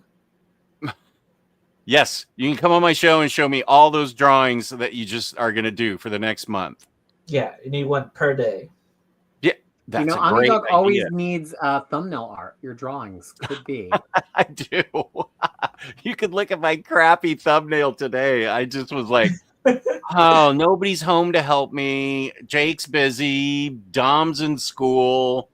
I have to do this myself. And boy, does it look like it. Glarb. I mean, I even went to art school, but I have no design talent. You went to art school? I did after college. I entered the local college and I've taken a ton of art classes. Actually, that's what I was doing when I met my wife. My art was hanging in a gallery down 30 minutes south from here. And she at that point in her career, she already made more in a day than I made in a year. So it was not a hard decision for me to be a Mr. Mom. I'm like, fine, I'll draw while the kid's asleep and take care of the kid, and you go off and be awesome. So yeah. So yes, but now unfortunately my hand's too shaky. I almost have trouble writing checks. So I am not. This is my creative outlet here. Okay, so this was after the Taco Bell thing. Yes. Okay. Yeah, I had been drawing, and I had a ton of big drawings. I did. I know I still have a little collection of pictures of what I drew. I had started drawing in the early '80s and continued drawing, and then after Taco Bell fell through, I went on multiple interviews and showed my art to see if any ad agencies could use me. And the one girl that I saw said, "Why don't you just do this as a living? Your art is awesome. You should just be drawing." And I'm like, okay. So I did that and made 13 cents, and upper management came in and made lots of real money, and a better offer, you could say. Yeah. She was, much prettier than I was. So I definitely outkicked my coverage, as they say. Kane wants Gambit. Sato's here.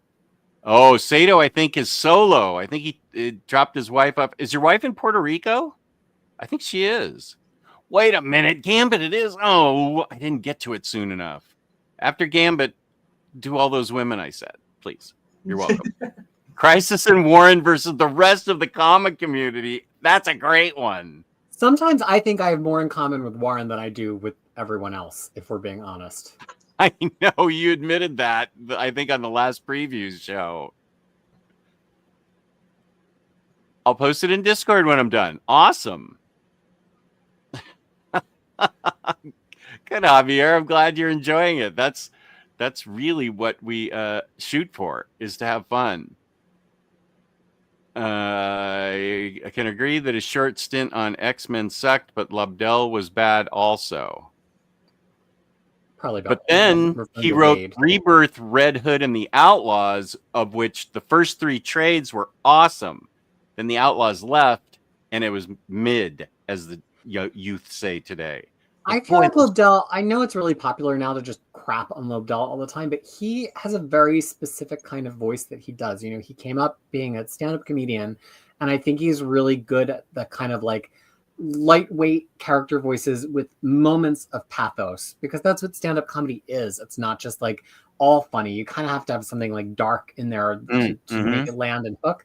And I think there are some great issues of Lobdell X-Men. I think Lobdell has written some great issues at DC. It's just what you're saying. I don't think he's an all-time great writer of comics, but I don't think he's somebody who's just incapable of writing a good comic. And some people now like to joke like that's the case, and it's just that's reductive, I think. Good word. I like that.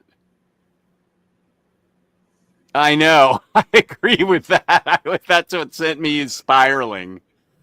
I'm like a monkey at a typewriter. If you let me talk for long enough, I will just come out with new, previously unheard combinations of words. You didn't even take a breath before that one came out. That just came pouring out. I thank God every day for just introducing me to Irredeemable. Yay, William Lee. But it's not an indie hero comic, so watch out. I found that out the hard way. Wow. Another one of my bad choices in life. Oh, Jess, look what finally arrived. That is your fault from the last stream. Oh. Ooh, let me highlight you. Let's see some Vampy. Oh, the So Dynamite one or Years. two streams ago, Jess was showing that he has this huge Vampirella shelf, and I love Vampirella, and I was like, oh, I didn't even really know what format these omnibuses were, and now I'm starting to sound like Johnny Boy. Omnibuses. Omnibus.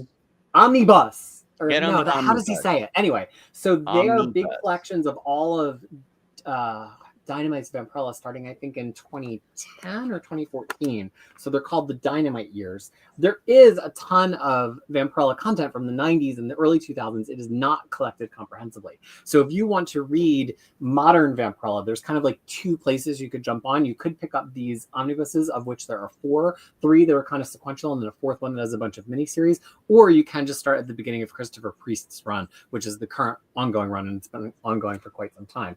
But Dynamite's really interesting. They will relist their back stock in previews pretty frequently. So if whether you're on in-stock trades or direct DCBS or with JP at Organic Price Books or Walt's Comic Shop in Germany, usually they will re-solicit a lot of their existing trades so that you can pick them up. And so these two popped up, and I grabbed them. And I guess I'm buying all Vampirella now. I don't know. I really want those 90s series, but they're not collected.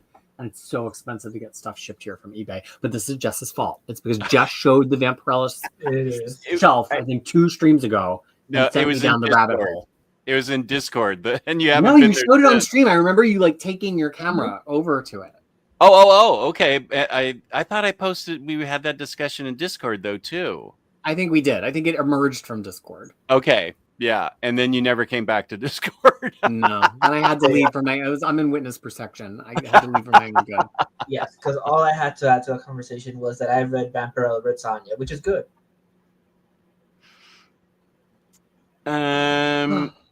Lars has thoughts. Larry's correct. Good. Sato coming at Krisis. Wow, I'm not sure I should have shown that. Well, Sato and I disagree on a great many DC comics, is my recollection of my last few conversations with Sato. Bodega is on YouTube under Bodega NYC. Okay. Let's go to Peter's place for Christmas. It sounds fun, right? Hot Christmas. Wow. People go and, have a barbecue on Christmas. Yeah. I grew up playing golf on Christmas Day. Yeah, I actually primarily celebrate solstice, so it's like a few. But then we do Christmas because it's Christmas, and because we have, there's a child in the house who should, if they want to appreciate Christmas, should. And so it's kind of like a multi-day event. It starts on solstice with the actual solstice time, and we celebrate solstice, and then we just keep eating and giving gifts and lounging until Boxing Day. So it's a multi-day event. Okay, so I need to plan my trip around like a week of being at your house. This is good. Okay, good. The plan's firming up. Yeah, Peter, you can house all of us, right? And then I'll never leave because that's what I do now. I just Freddie goes places for like a month, and Matt just sits there and says, "Yeah, it's cool." Yeah, unfortunately, a 3-bedroom house in Wellington is like over $1 million. So if we ever really want to do that much entertaining, we probably need the Patreon to get way bigger. on the floor. It's fine, Peter. I don't need a lot. I need my own bathroom. So That's how I am. I always need my own bathroom because I am taking a shower 4 or 5 times a day. I need constant access. Let's see.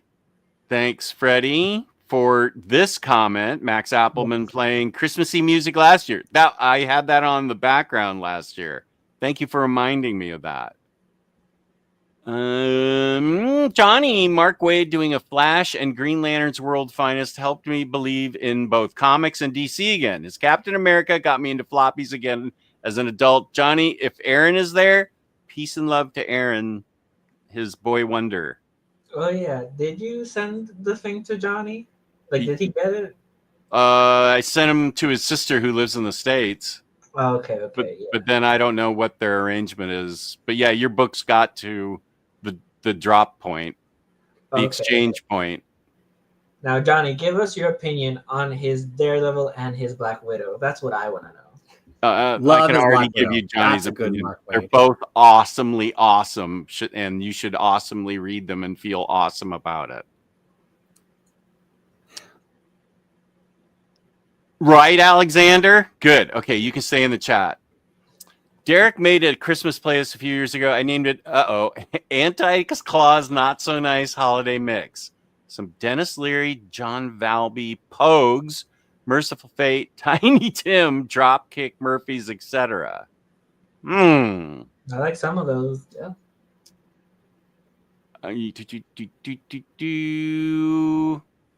So Peter will be the opening act for Omnidog before his Saturday show, and you're the closing, James. Well, You having back-to-back shows? Omnidog. This is for you, Crushing Krisis. What I'm determined to pick up but haven't even heard yet is John Waters' new Christmas single featuring his meta cover of the Jingle Dogs rendition of Jingle Bells. I love John that. Waters, like John Waters. John Waters, That's John wild. Waters, yeah. He always has a I'm sure it Christmas must be on the show every internet Christmas up in Baltimore. Is he still doing his Christmas shows next to Maginot? Because he's getting up there.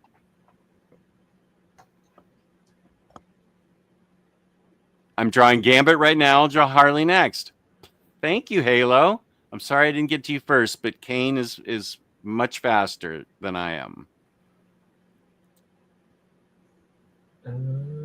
Yeah, John Waters is doing a 2024 Christmas tour and 79th birthday show in New York. Okay, 79. That's what I thought. You did art school? Why aren't you drawing comics? Because my right hand is shaky now.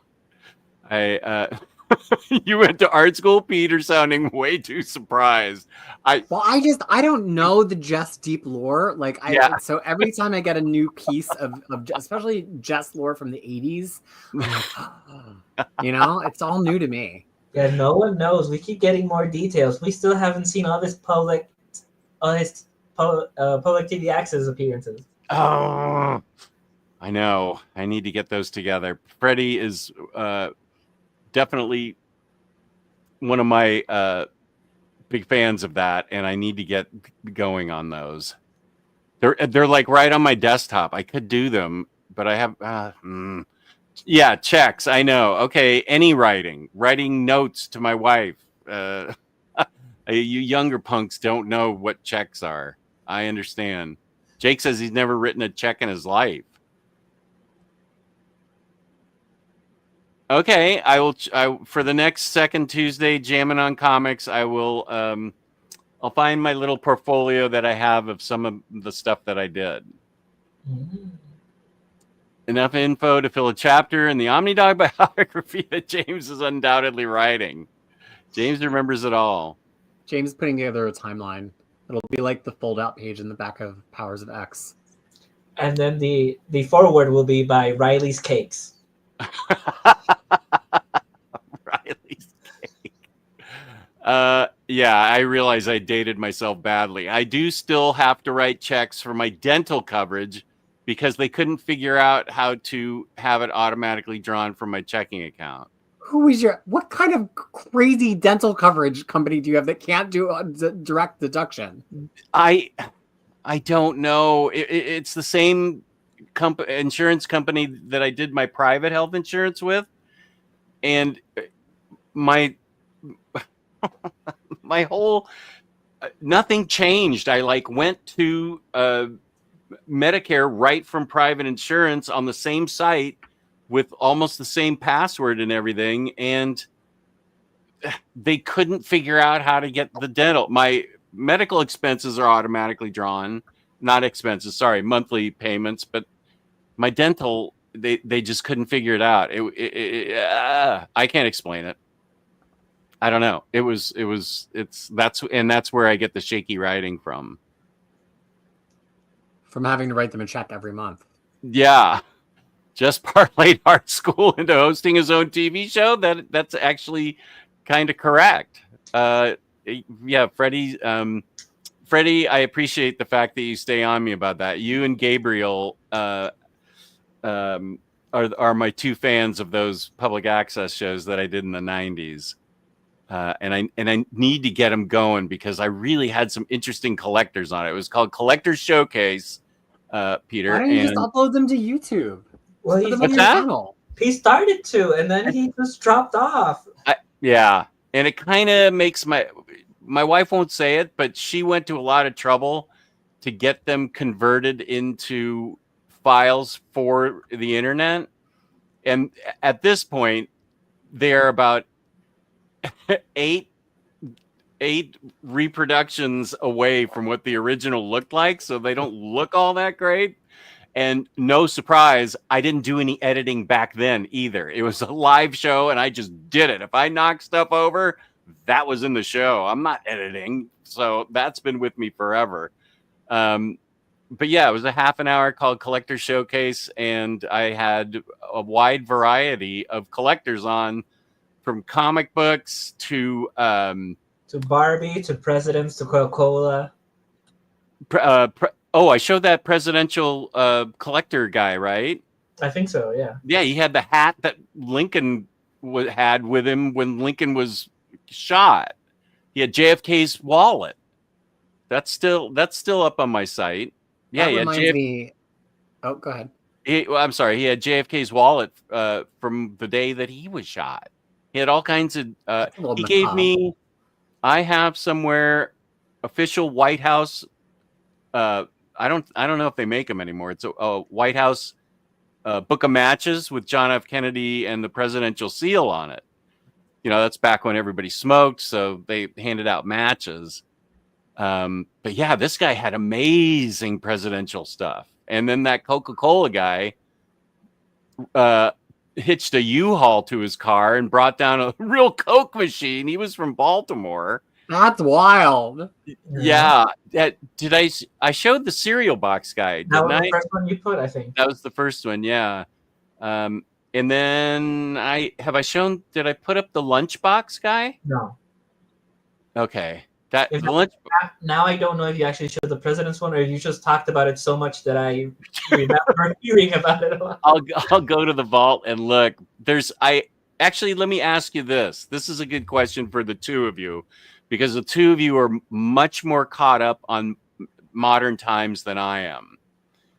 I had an African American gentleman on twice who collected black memorabilia, and it was historically interesting, and I found it fascinating, but it was, of course, wildly racist.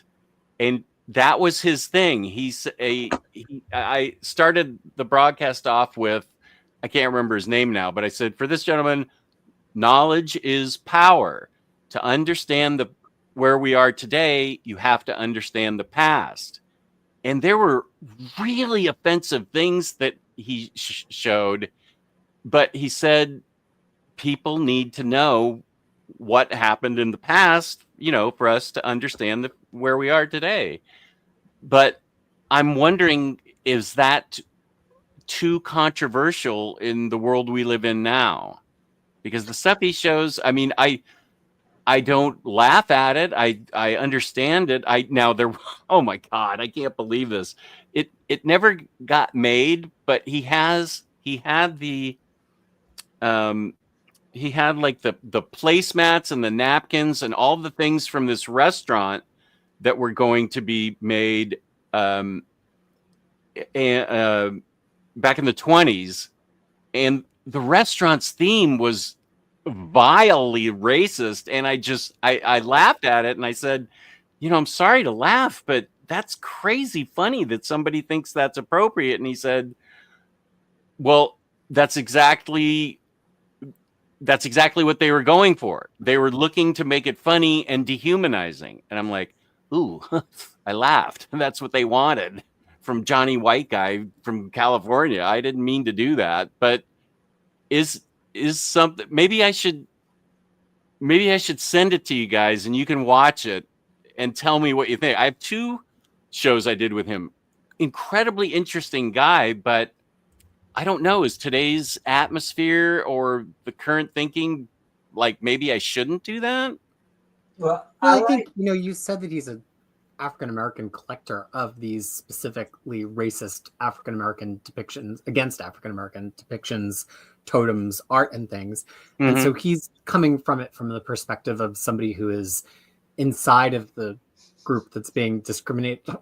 I don't know how that thumbs down got up there. I definitely did not do it on purpose. He's from inside of the group that's being discriminated against, and so to him it has historical value, and he's the right person to hear talk about that. And the same way, I love comics from the 40s and 50s and 60s that have a lot of racist and very sexist depictions in them. I like the original Marvel Masterworks right up there of Black Knight, Yellow Claw. Yellow Claw was hugely racist, as was Sax Rohmer's original Fu Manchu, which in Marvel continuity is technically the father of Shang-Chi.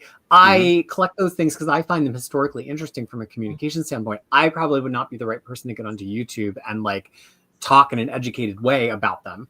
But I do think, and I want to hear Freddie and Matt think about this, I do think today there's a certain sort of tender-hearted online person who doesn't even want to see those things online, even if they are being discussed in a way that is elucidating about their historical place. And I think about gollywog dolls. If you're Australian, you would know that a gollywog was a certain kind of rag doll that it was in the United States, but it was very much in the UK and South Africa and Australia, that it was very, very racist. But a lot of people were gollywog doll collectors, just your white grandma who had all these racist little dolls, and everybody knew they were racist dolls.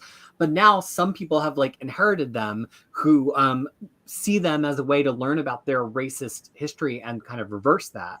But then somebody will show their pictures of them to be like, hey, these are racist depictions, of these dolls that I have in my house. And people will be like, how dare you show a picture of that? It's like, well, how else are we supposed to learn about history? We're not showing them to glorify them or just say they're still funny or just say they're appropriate.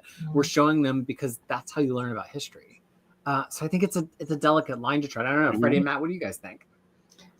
Well, yeah, I mean, I agree. I think that, there's a reason why you get so many people trying to not teach about that thing, so that we forget how it used to be, and then they make it easier to go back that way. So, I mean, you have to say, this is how bad things were before. We can't go back to this. You can't normalize this. And I think that there's, especially in today's environment, a lot of people who want to just say, well, that never happened. So you have to be able to say, no, it did. These are literally the things. And these are the artifacts. That's what history is, right? It's like a tangible artifact of that.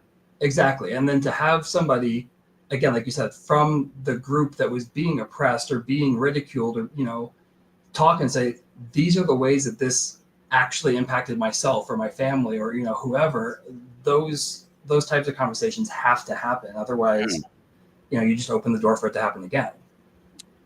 Yeah. And I specifically like that you said that you opened up explaining it, how this is historical, that you're not necessarily glorifying it or anything, because that's precisely what I like about when they released the new collections of Looney Tunes. They opened up with saying look, this happened, this is history, we're not going to change anything to make ourselves look better. This is what the time was, and we've changed since then. And I think that's important. I come from a place that's very much still colonized, so I think it's important that we look back and see how we've progressed, or if we really have at all. And I think that having somebody showing you these things and telling you exactly what their intentions were helps a lot. Understand. And yeah, if anyone's gonna be offended going in, you could make another intro and just say that. If you're sensitive, don't watch it. It's fine if you don't. Yeah. If you're on YouTube, you could leave the stream. Please don't, but you could leave the stream right now. Yeah. I do. That's the one bit of editing I did for all of those. I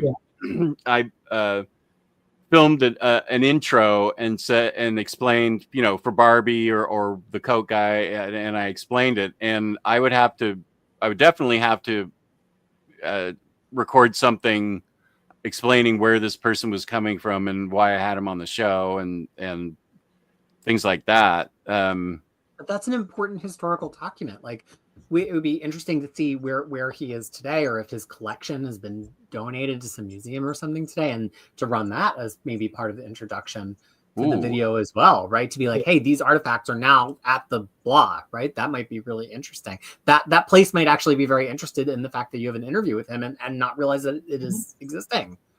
Who knows? Yeah. And I also wouldn't sweat if somebody is offended. People are offended at Rogue not having a butt, Online is messy right now. Like, people are very weird about things, If somebody from the group came to you and said, oh, this is uncomfortable, but as you said, it's part of the history. You have somebody telling you these things. There's going to be people, no group thinks exactly the same way. There's going to be people coming at it from both angles, and I think it's really good that you did it. And I think it'd be helpful to still have it as a record for the future. Okay, I would be very interested to see it. Oh, all right. Well, thank you both, all three of you, for those opinions. They were well said. Well said. But not as well said as this. You're pretty too, Jess. Thank you, Halo Tangle. Halo has a way with the words. Sure does. So we're talking about our favorite music of 2024 now. We had that huge music discussion about concerts. We did. And then we never actually talked about albums from 2024. I have my albums right here. Okay. That I loved this year. So I'm ready for that. Oh, Sato's wife is in Puerto Rico. She's saying she says say hello. Nice. AS here. Nice. Good to see AS. I too have trouble writing checks, Omnidog, but for different reasons. Oh, because you don't have cash or whatever. Lovedell wrote some good X-Men comics, but his Excalibur was Satan's underpants bad. Yeah, his Excalibur was not great. Not great. Yeah. Already, confirmed. Oh, Johnny. Thank you so much, Johnny, my buddy from Finland. Wait till you guys see Jess do his showcase voice. He sounds so adult. I had jet black hair back then too. That was 30 years ago. And the Niners got destroyed by the Bills. Oh, well, that's why you don't like the Rams. I get it. Oh, Freddie, he's talking about, I hope Johnny hopes to be in the States again, California, in around 3 weeks. Hope to hit the drop-off point then. And thanks so much for the books, Freddie. Effing love John Waters. Sure. My package was delivered to my neighbor and they brought it back. It was Absolute Transmit Volume 1. Still good people in the world. That's nice. I'm not sure that this is something that I really want to read. Jess is like Homer from The Simpsons. Worst compliment ever. Each stream we find out he invented something or was in a popular band. Oh, okay. That's true. Yeah, like the B Sharps. Well, good dad to your daughter. Good thing you don't have a son to choke. Yeah. Yes, and in fact, I just got his Christmas show last week for the first time. Not quite as depraved as his Valentine's show, but still hilarious and absolutely worth one's time. It's why I sort of wish Marvel had stuck with creator omnis for Excalibur, Claremont and Davis solo, and Ellis would give me what I want from volumes 1 to 3. No, we can't skip things. That was the fear, that we were going to skip over those crappy little issues and never get them. Big things happen for some of the characters in those issues. It's very significant for Rachel Summers, and we didn't have it reprinted in any form for so long until finally got Epic Collections. But I do not think omnibuses should pick and choose. If you want to do creator omnibus, great. But we want these whole runs as historical documents. That's my opinion. Of course, I knew you weren't surprised in any bad way. I was just joking. Yeah. Okay. You went to art school? Yeah. How is Warren still in the chat? Didn't I tell you guys to boot his ass? What is this? Yeah, wasn't a fan of Irredeemable either. What? Just got a whole dollar. Wade's gonna want the dollar back if you guys. Yeah, I did. My grandparents sent me checks for Christmas. Okay, now I feel old. Thank you. I have 2 U.S. savings bonds, the kind of bond that has your name on it in specific. Oh, do you? And it is really hard to redeem them from abroad. I have to find like a U.S. notary public, which I've had to do before, and it is not easy, or I have to go to the consulate to redeem them. So I'm looking at them and I'm like, is it going to cost me more money to pay some notary public to like endorse these things? I have to send them to some random PO box in Minnesota because you can't endorse I think it's a bearer bond. You can't endorse it to somebody else. You have to cash it yourself. But they've like doubled in value. Probably some grandparent or somebody gave it to me when I was like 7. So they've more than doubled in value because I'm old now. But I just found them. I was cleaning my garage and I was like, what's this? And it was 2 U.S. savings bonds. I had savings bonds too. I will add though, I still get paid with checks. So really, you get paid with checks? Yeah, mostly for equipment. They'll give me a direct deposit for labor, but for my equipment rentals, it's a paper check. I will say that is one way that New Zealand is very, very advanced. The electronic banking system here is incredible. And like even person-to-person payments, you just get that person's routing number and every bank does it. Every app does it. It's totally commonplace. So to ask somebody here to be like, I remember the first time I went to a bank with like a check that I had from the US and they're like, what are you doing? I'm like, it's a check. They're like, can they not wire it into your account? Because things are very wireless banking here. Yeah, so it's if you get a check, it's hard to deposit it. US checks, absolutely. And the New Zealand checks, I can't even tell you that I've ever even seen a New Zealand check. Even the IRD, the Internal Revenue Department, or if you have a bond with your landlord, it's all direct to bank account. There's like, I don't think I've ever seen a paper check in New Zealand. Wow. That's interesting. Crushing Krisis. I am trying to avoid falling into the trap of completism. That's where I live. But rapidly failing, and that's where he lives. I have made my home inside that trap. Oh, thank you, Freddie. The Collector Showcase playlist. Thank you. There are 3 videos in the playlist. I don't know if you've uploaded a 4th one, though. Oh, there's only 3? Oh, man. That was like 2-3 years ago, too. It might have been during the pandemic. I've been annoying you about it a lot. In fact, I bought you something, and I'm not going to give it until you upload 2 more. Oh, all right. Now I have incentive. Just as like Forrest Gump with great social skills. Are these compliments? Yes, because they're talking about how Forrest Gump was there at every point in history. Well, that's true. Okay, yeah. I accept. Peter, have you read any of the DC Finest? What's your favorite? All I have is this because a certain store that doesn't keep trades in stock was holding. Don't use them. Jess, who's our sponsor? That would be Organic Price Books. Code Omnidog for $2 off. Big savings with 5% off shipping 4 or more books together using code Omnidog. Set 2 different codes, as Peter learned last month. Well, I cannot order from JP and Organic Price Books because I'm in New Zealand. So I only have this Batman book because I pre-ordered that one. So I put in an order for a bunch of current ones 21 days ago, and it has not shipped yet. So we'll see if I get them for Christmas. And I've already read this because I'm doing a big Batman reading project anyway. It'll probably, if they do 3 of them, they'll catch up to where I am. But I've been reading from actually the first issue in this book. I mean, I really like late 80s, immediately post-crisis comic books. That's very much my zone. So, but I'm really excited to read the Flash one because I've never read immediately Start of Silver Age Flash before. I've never read that, and I'm really excited for the 0 Hour one. I probably have all those comics, but it's in a really good reading order because it's the same reading order from the Omnibus. So I'm always going to be a couple weeks behind because things just don't show up on the day here in New Zealand. Oh! I just remembered. We suffered from graphic novel discrimination because they asked. Because Matt, we were playing a game night and there was a question that said, "When was the last book you finished?"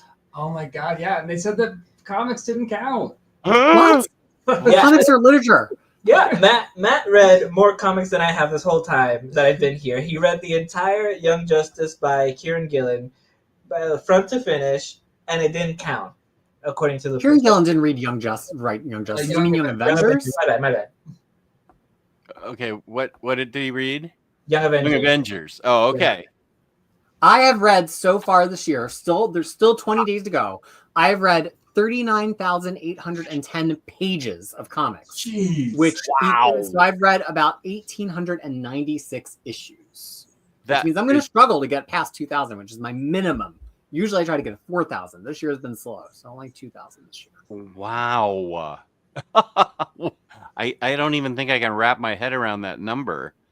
Oh wait, but people are responding to the black memorabilia thing. So let me. Really? And then we'll have 5 minutes left to talk about our favorite albums. Talk about music, yeah. Since Peter's here and I know he has some love for them, have you checked out any more Power Pack yet? If not, maybe he can add to what he thinks is the best place to start. I still say go 1 through 6. Is that issues 1 through 6, or what are we talking about? So the thing with Power Pack, I would say, there's classic Power Pack from the 80s, entirely written by Louise Simonson. And it starts out as very much a kiddie book. And I don't know if, as an adult in the modern day, if you read the first 6 issues of Power Pack, you're going to be like, wow, Power Pack is amazing. It's high quality comics from the 80s, which any of us would appreciate. But I think I would actually tell somebody to start with maybe like their graphic novel with Cloak and Dagger, or just maybe some issues a little further into the run, because I think Power Pack actually is very mature in a way because it addresses like big topics. It's it's talking to kids about complex things. Yeah. So I would maybe start with that Cloak and Dagger graphic novel, maybe, to see. And not all of Power Pack is that heavy, but that'll give you a sense that they're more than just like 4 little kids palling around. There's also, if you like Go to Hero's art, which who doesn't, draws our favorite shark, Jeff. Go to Hero does a whole series of Power Pack from the 2000s. That's in a separate continuity, and they're just kids comics in their own continuity, but they're very, very pretty because they're all Go to Hero, but it's just kids comics. Although I found them actually not appropriate for children, so I wouldn't let Kid Krisis read them. I thought they were a little too sexist and violent for kids. Now that she's over 10, the palette has broadened, but we read a couple of those. I'm like, as much as I love Go to Hero, you can have my original Power Pack classics. Those are more appropriate, even though they're from the 80s, than this modern Power Pack. Yeah, Derek got that from when I did the overview of X Factor, the original X-Men. And there was a lot of Power Pack in there, and I was, not a lot, but there was enough that I was like, gee, this Power Pack stuff actually is pretty fun. I've been all good. beating There's on no bad it, you know. Power Pack. Yeah. There's the Ryan North Power Pack, which is not that good. I love. That was one of my top series of that year, Freddie. Okay, well, that's just how I feel about North. You know, I don't like regressing characters back to, their parents don't know. That's fair. Well, that's not all his fault, though. That was the storyline of Outlawed that he had to write in. And then Outlawed got canceled by the pandemic, and his was the only Outlawed book that came out because they canceled the Snowflake New Warriors book. Well, yeah, that and Champions. Yeah. But I'm a Ryan North. That's as close as I coming to being a stan of anybody who's a writer right now is probably Ryan North. So I'm not super logical about if Ryan North comics are good or not. They're made for me. Does Jester Upper Management still have the original tapes of the show? I would go in there to the studio and take the broadcast tape and copy it to VHS. So I had a big Herkin stack. I did 33 shows. So I had a stack of 33 VHS tapes that got transferred to DVD. And then Patty sent them in, Upper Management sent them in to get transferred, to get uploaded on the internet so I could download them. So they've gone through like 5 transfers. That's why they don't look quite as crisp as they used to. Don't know why you're still here, Warren. This is just absolutely ridiculous. God, that's America. Jess Lore goes crazy. History needs to be shown, especially exposing racist attitudes that were the norm. Agree. Jess, you could post it on Omni Bros Live Patreon. I don't know if I want to put a paywall up there, but that's okay. I agree. We should learn from our past mistakes or be doomed to repeat it. Okay. Oh, I know. I reviewed Superman and the Klan versus the Klan. Sorry, not Superman in the Klan. Superman and the Klan. Superman joins the Klan. And one of the first comments I got was, Jess, racism doesn't exist. And I was like, What? yes. And I said, and he went on about it. And I said, have you run this? This is interesting. Have you run this theory before your any Black and Hispanic friends of yours? And he did not respond. I don't think that he had an answer for that one. But I was like, whoa, that's just not on at all. Well, and I think things like Superman Smashes the Plan and Smashes the Plan, that's right. George Takei's show, I think it was a Broadway show about Oh yeah, have really, and it was one of our comics on our library picks too that we did on Very Fine Condition. Really highlights the historical anti-Asian racism in America, which I feel like, as somebody who has a fair bit of Asian family members, I was not as aware of. I mean, I knew that internment camps existed in the 40s, but I totally did not know the history of the Klan being involved in anti-Asian racism until I literally read Superman Smashes the Klan, which was just a few years ago. So it goes to show somebody who's like tries very hard to be anti-racist in a lot of things I do, and have literal immediate family members who are Asian. I didn't even know that. So that's why we need these things, like the only way to learn. Well, you make strong points. Compare the anti-Semitic cartoons of the 1930s Germany to the work of Siegel and Schuster. I think it is important to know history, not erase it. Agreed. How on earth can we see how far we have come when we try to ignore what we having that made us better? I was going to say that. Make an intro about what someone is about to see. Yeah, that is 100% necessary. Spend Christmas with me when he's with his mom for New Year's. I'm hoping to zip over to the States for a week. Okay. History is my favorite part of school right now. I don't want to beat this into the ground, but Lou and I on Omnibros both agreed that it's crazy that it took the Watchmen television show to tell us about 1920s Tulsa. I had no idea about that. That was never taught to me. I never read about it anywhere. It was a TV show from 5 or 6 years ago that I even learned about it. And I think the other thing too is, I think once you do know about these things, there's sometimes this sentiment of like, I can't believe you didn't know about Tulsa. But if somebody's engaging in that art and really responding to it, and it's contributing to their journey as an anti-racist person, then that everybody's invited to that cookout. Like, it's great. Awesome. Now we know about the Tulsa Massacre. Awesome. Now we know that the Ku Klux Klan was against Asians and not just against African Americans. Like, these are all good things. And anybody who arrives at that awareness at any age or at any year in their life is welcome to that awareness. Omnibo would like to go back to Jesus. I like a nice Piave Vecchio personally. That's probably my favorite part of Italian cheese. I've been on a Havarti kick. Do you like some Havarti? Well, here they have halloumi, which I never had in the States, which is like a squeaky cheese, and you can just grill the halloumi on its own. Like, you don't have to make a grilled cheese. The halloumi is tough enough to just grill. So you just have literal grilled cheese, not a grilled cheese, but grilled cheese. The Cure. Okay, here we go. Larry getting us on our topic for our final minute. Go. The Cure is absolutely in my top 10 for this year. I think it is a remarkable album. The sound engineering is so interesting. Every song feels like tipping over into a vast abyss of sound that you just become engulfed in. I'm not even a huge Cure fan. I love it. I think Robert Smith's voice sounds absolutely stunning. Stunning. Love that record. Top 10 for me.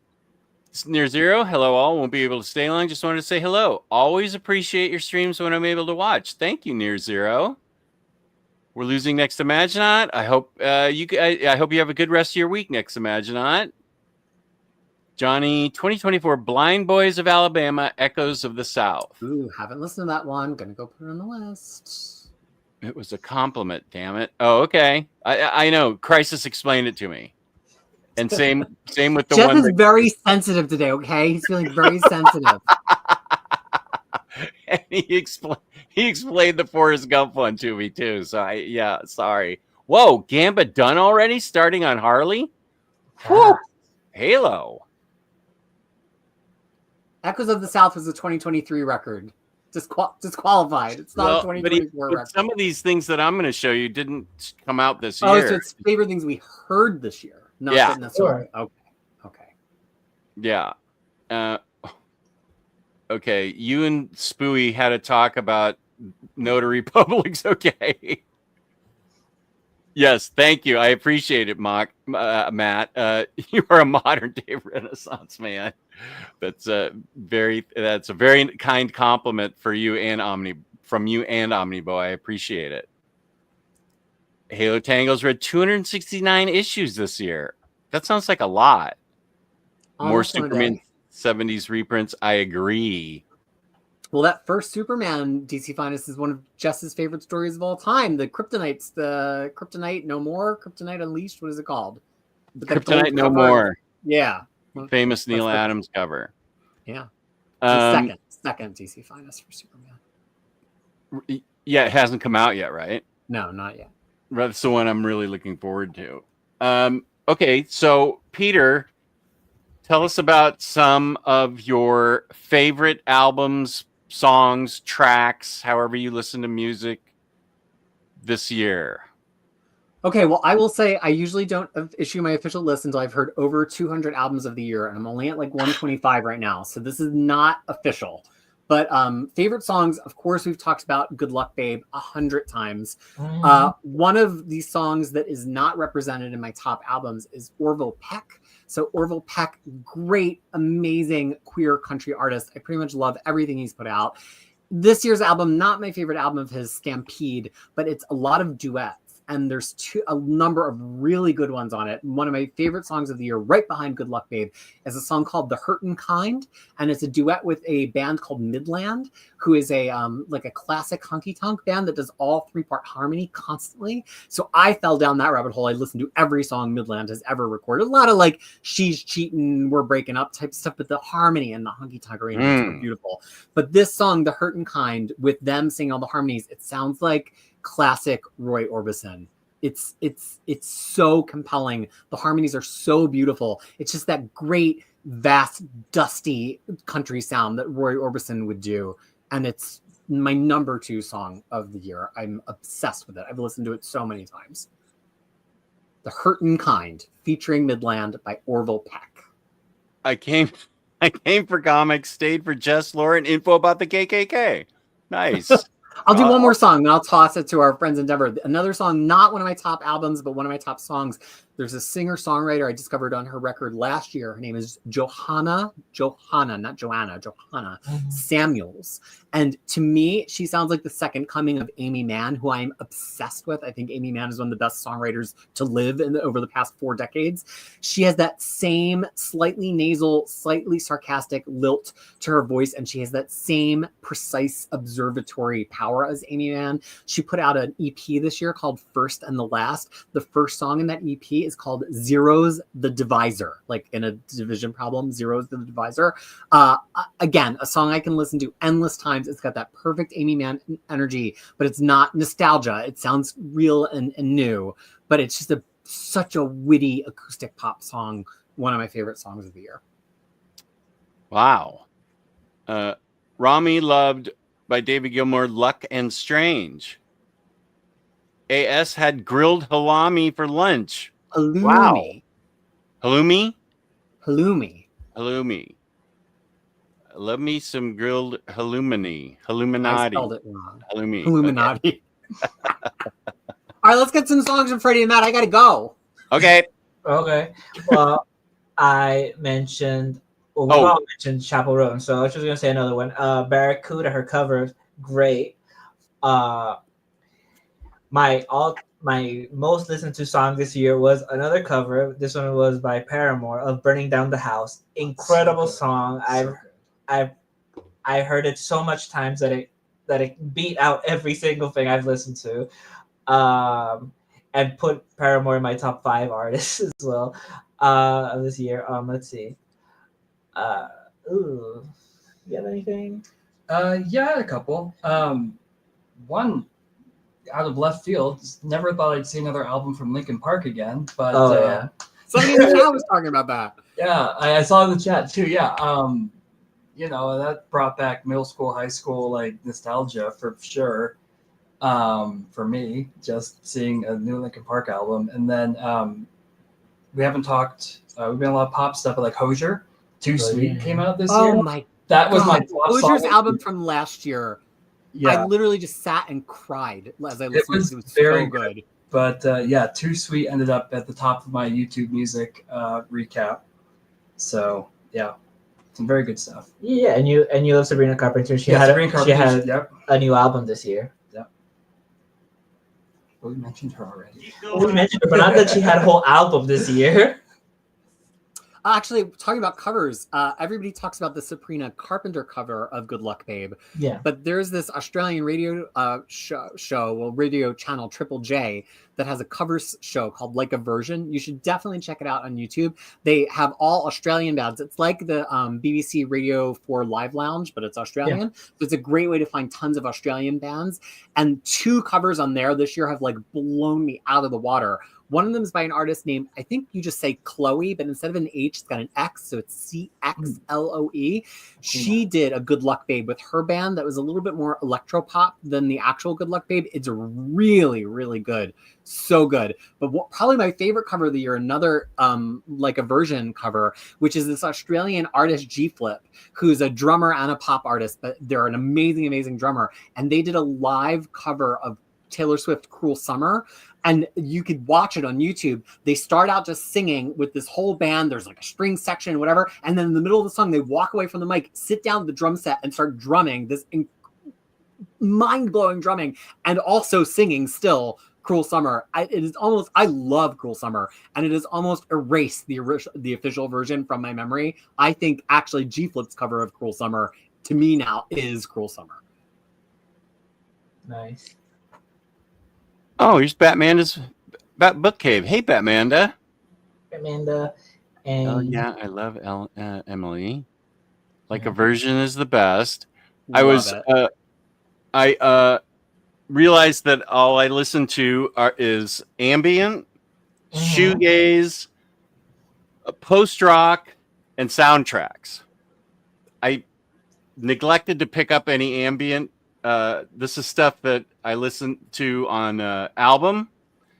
So this is an old album, but I had 2011, but I hadn't got my hands on it. This is my favorite post-rock group. This Will Destroy You, Tunnel Blanket, and I believe it's on colored vinyl, which is my favorite thing almost ever. Yeah. Oh, yeah. Look at that. Oh, that is cool. Post rock, and it's a double album. I love This Will Destroy You.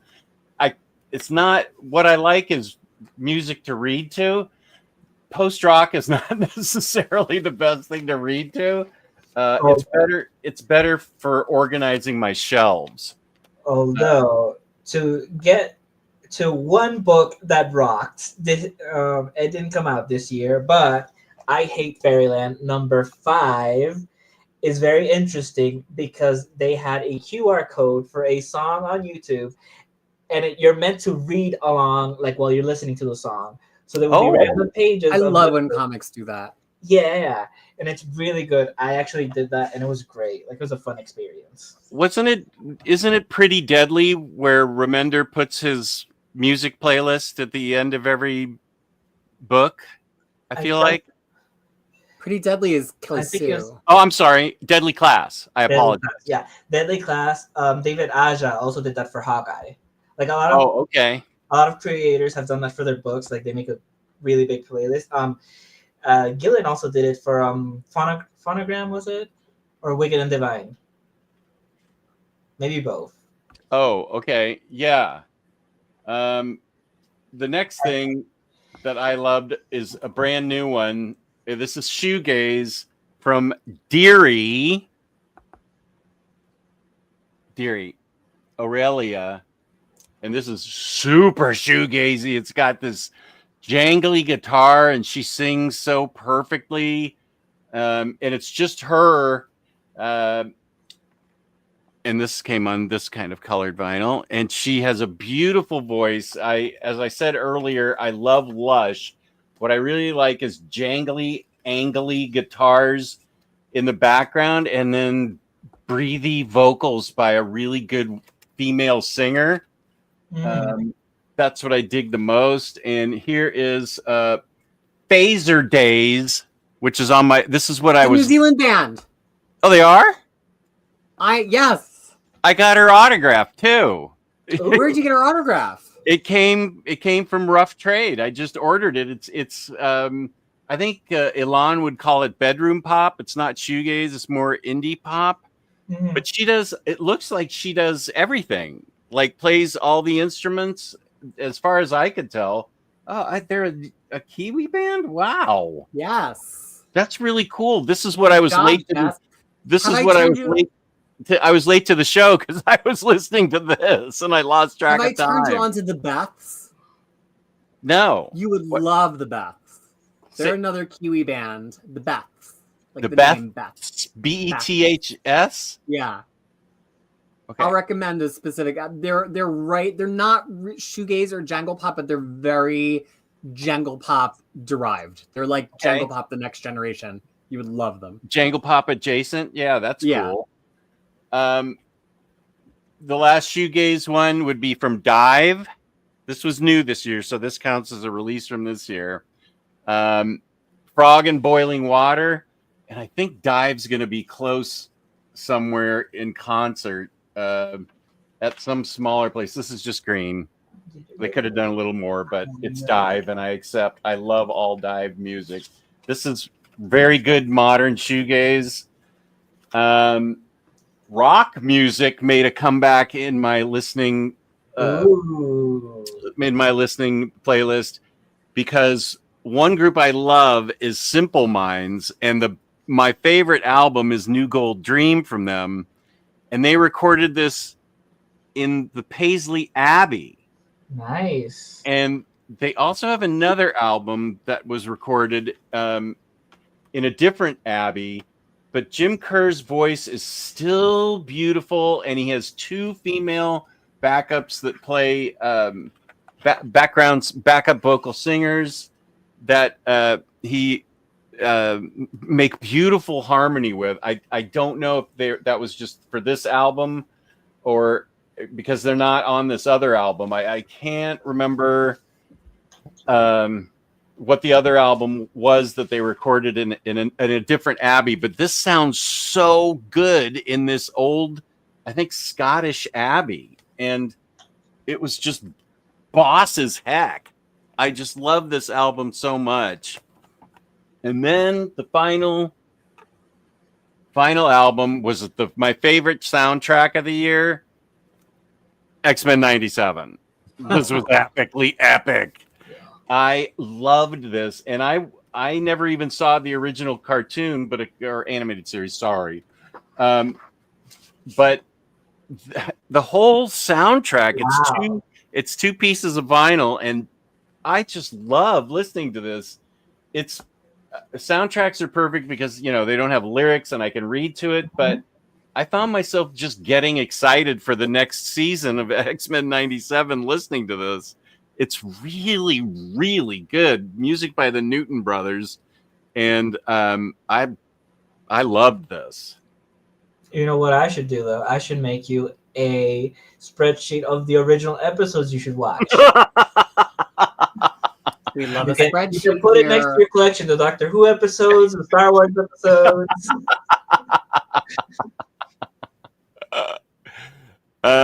Chris, thank you for being here. Good to have you. I marathoned like 3 seasons of Doctor Who last month. Just if you like ambient, and I do. Ooh, I love Tangerine Dream, live from Glasgow album, just released for Record Store Day. Okay, thank you, Planet 628. Cool, that must have been something I showed. Okay, thank you. Larry, I love the Beths. Okay, that's 2 prime recommendations from Krisis and Larry. Usually I like their upbeat stuff, like Getting Excited, but I actually love Jump Rope Gazers, which is the title track to their second album. It's just, there's something so heartbreaking about that. That record came out the first year of the pandemic, and I just had it on repeat in my car. I don't think I ever turned it off. So every time I got in my car, I just was listening to Jump Rope Gazers over and over again. And then I got to see them. It's the only concert I've been to in New Zealand at this tiny, tiny little club in Wellington. And they were really, really good. They're all like jazz music. Like, I think their degrees are in like jazz, but then they're this jangly rock band. So their instrumentalism is off the charts. Yeah. Since when did, well, I just meant it wasn't their current release for This Will Destroy You. It's older. It's an older album. Kane, I rarely listen to video game. Oh, I've listened to video games and anime OSTs this year. Rarely any artist music, though I've been listening to Andrea Bocelli lately, which has been nostalgic.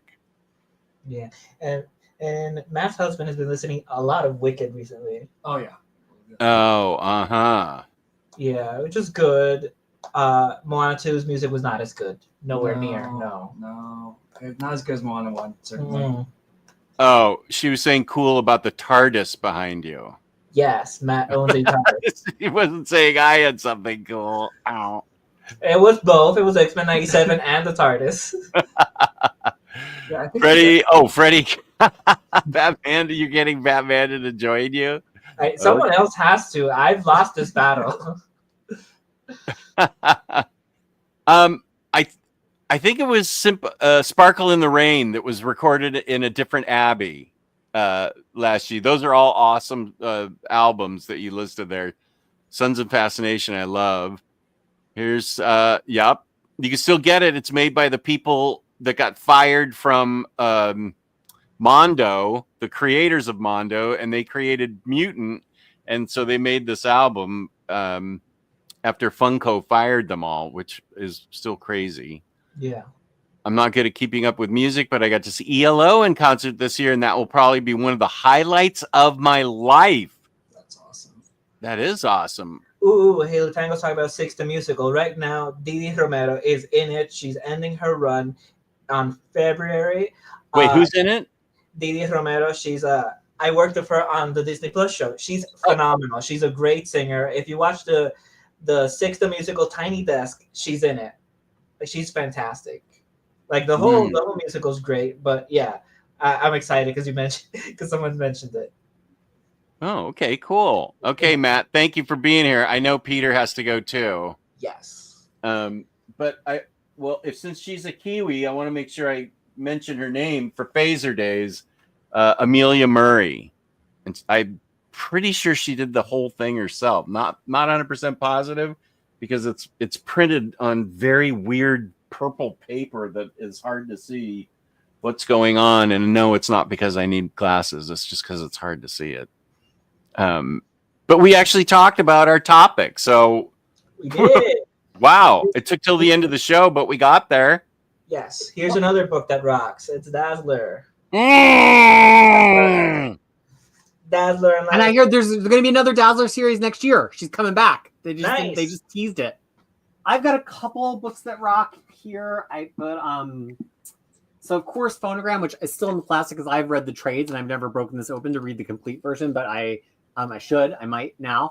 Phonogram is about a DJ and kind of music culture in Britain, and I actually like this as a music book a lot more than I like Wicked Divine as a music book, because this is music from the perspective of fans and consumers who find music to be magical, which, even though I am a musician, I'm also a huge consumer of music, and I do find music to be magical. That's right. And the other one, can you reach it from here? The other one is this book, and it's one of those ones that I just like press into everybody's hands. If I can find the damn book, and maybe it's not up here. That Phonogram. That Phonogram book is what got me into Britpop, like Ocean Color Scene and stuff, because they name check so many. They really name check everybody. Britpop. Yeah, when I read that, I started checking them all out, and all these bands were so amazing. Well, Gillen is great for that. Gillen, if you just follow him on social media, just constantly is name checking cool bands. All right, I got to step off camera for a second and see if this book is up. No, that was my disappointment voice, not the African moose called Omnibo. And I'll do one. This is Grimm. This is another. Oh, that's a rock book? It's a rock book, and it's very interesting because they put lyrics of music inside panels. Oh, interesting. I still haven't read that. This is one of those books that I'm sure if you've seen me on a lot of streams, you've heard me talk about before. But it's truly one of my favorite comics. It's called Punk is Dead. Oh, Yes. It's so good. It's by David Burnett. It was for the short-lived Black Crown imprint of IDW, which was chaired by Shelley Bond.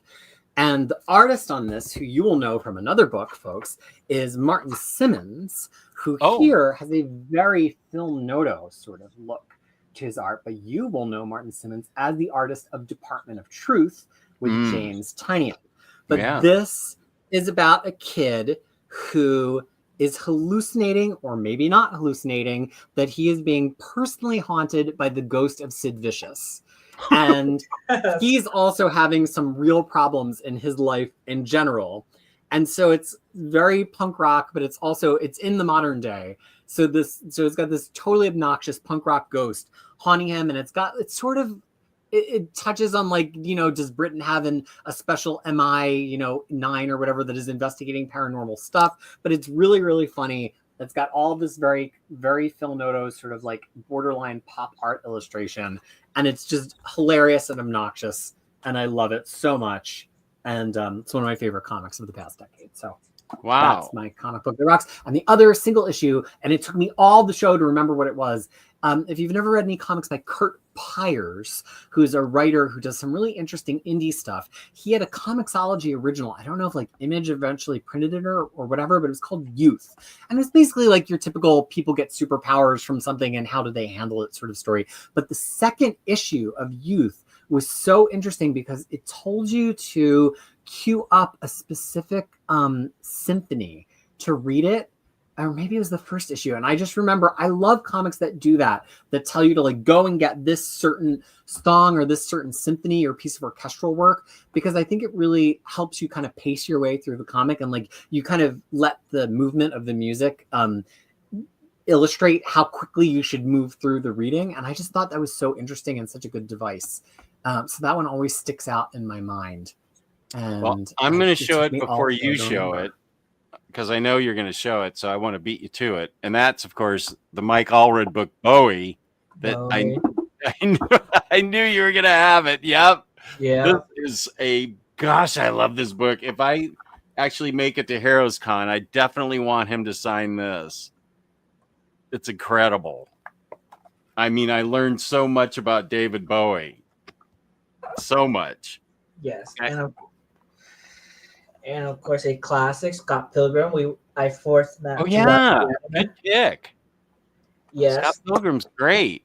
Like, there's a moment. Let me see. I think I saved it. Yeah, there's a few moments where they show you like actually how to play the songs. Oh, see, anytime a comic book has sheet music in it, I'm like, I love it. I'm such a sucker. So the comics have music, the movie has music, the anime has music, and they're all great. They're all really great. This is a good point from William Lee talking about Omnicat's husband, Reed Chancellor. Summer Vacation, one of my favorite reads this year. Hardcore Anxiety is a really good rock book. Reed is, I think he's great, artist and writer. He's done a couple books about music's in everything. My Summer Vacation copy came with this was at the beginning of this year, and Patty said, and I obviously blew right through it. She said, no more vinyl this year. I'm like, okay. And then the kid, which I completely ignored, but Kristen and Reed made a video pleading with upper management to let me back the Kickstarter part that gave me the vinyl that Reed made for Summer Vacation. And she made her own Patty made her own video to send back to them, telling them that it was fine, that she would allow it. And so I got his single, his 45, which was great. Oh, here's Reed Chancellor's Store Envy. And Larry, not wrong. Summer Vacation needs to be optioned for film like yesterday. It is great. I forgot how much like Reed's a musician. So, of course, everything that he writes is going to have music in it. That's a really good point, William Lee. Yes, and for fans of Gwen Stacy, like when Spider-Gwen started coming out, there was an actual band called Married with Sea Monsters that immediately put out a song called "Hit the Jackpot Tiger," and they basically put it like if they were the Mary Janes. There's a version that's uploaded by Marvel Comics, but if you look up Married with Sea Monsters, you'll find it on YouTube. I remember that. Okay. Really cool. Nice. Well, I've got to plug one final favorite album of the year before we wrap up, which is the artist's name is Remi Wolf, Remi Wolf, and the album is called Big Ideas. She has a tiny desk. I don't know if I'd watch that first. The album's a little bit more produced than a tiny desk. I don't know how to explain it. It's pop. It's got a little hint of electro. It's also very kitschy. It's also got a lot of like fun electronic noise in it. But they're just pop songs. And it's one of those records where every song I'm like, well, that must be the single. Well, that must be the single. Then I'm at like song 12. And I'm like, well, that must be the single. And I finish the album and it's just one of those great pop albums where every song is the single. If you want to try out one Remi Wolf song, I would say either Soup or Pitiful. Those two songs, Pitiful is like, I can dance around my house for 3 hours just singing the chorus of Pitiful over and over and over again. It is at this time, and it has been for about 4 or 5 months now, my number one album of 2024. Wow. Okay. Freddie already put in our second Tuesday chat the things he wanted to remember for and their YouTube clips. And I did put them. Yeah, I can make those. I can make links for those. I can make Peter, if you want to submit your stuff to me I'll give you links email or in the chat. Okay. Yeah. And I'll put links up for all my stuff. I can't do it tonight, but tomorrow I definitely can do it. That'd be great. Yeah, this was awesome. So thank you to Krisis and Freddie and Matt, Krisis and the chat. The chat was great tonight. Thank you all for being here. We had a fun time talking about cheese and black memorabilia and music and everything else. And not listening to the story about the shirt.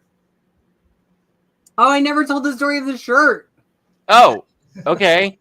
Well, I don't have to tell the whole story. Oh, did I close the window? No. So I found the people that sell it. There's this amazing traveling fair in New Zealand called the Extravaganza Fair. That's like they come up with all these cool like traveling RVs that they live in, and they have little bounce castles and crafts and things, and people have stages built on the side of their truck that they're performing out of. And I always try to buy something cool there because it's like things unique that you won't find. So I bought this Bowie shirt that I've been wearing. Wait, let me highlight you just a sec. Okay, there we go. It wraps all the way around. It's like I've never seen and it's custom illustrated.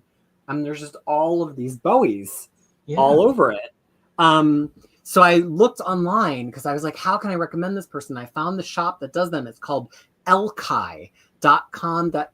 I know I can't put URLs in chat because nobody wants to make me an admin like James and Freddie. You can put it on the sure. I'll just take. Wait a sec. I'll make you an admin right now. I also didn't want to be a mod when just he forced it on me. What did I force on you? Being a mod. I didn't want it. You forced it on me. I'll take it away if you don't want it. I didn't even know you were a mod, and I didn't know Peter wanted to be a mod. No. I don't want to be. It's just sometimes I want to. Anyway, that's the Elkai, ELKAI. But they have a lot of cool pop art stuff, and it's like a person who owns the store does all the illustration and all the screen printing. It'll be expensive to get them from Australia, but it's a really, really nice shirt. It's like light, but it's nice and thick, and the screen printing on it it's not that kind that like feels like it's going to chip away. It's actually dyed, so it's probably really going to last. But they had Jimi Hendrix. They had all these cool pop art things. They had Klimt. They had Salvador Dali. And so it's all on their web store. But I saw somebody who was clearly selling their stuff at this extravaganza. I can make a link for that because we have a lot of Kiwis and a lot of Aussies in this at this time in this time slot. So I can make a link for that too if you'd like. Yeah, well, I always love I love when we highlight cool Kiwi and Aussie brands And we've done that. We talked about Phaser Days. We talked about El Kai. So we talked about a couple of cool Kiwi and Aussie things, and also cream donuts. So I think people really got an education today in Kiwi culture. Crushing Krisis for mod. No, I've taken over for modding just once in the past. I'm not doing that again. Freddie and I both got sucked in. Oh, that's right. to the Big Cakes Riley's group. We were all at one point. Yeah. Even Jeff the Land Shark was. Omnibo wants it. Okay, I'll make you a mod. I think I can do that retroactively. I'll figure out how to do it. Just all the links you want me to make, just send them, and I'll put them in the description tomorrow. There are people who will be interested in them. This hashtag is gaining some traction. No, we don't want that. Peter, where can they find you on the internet? I make my home at Crushing Krisis, that's with a K, obviously.com. And it has been my home on the internet since 2000.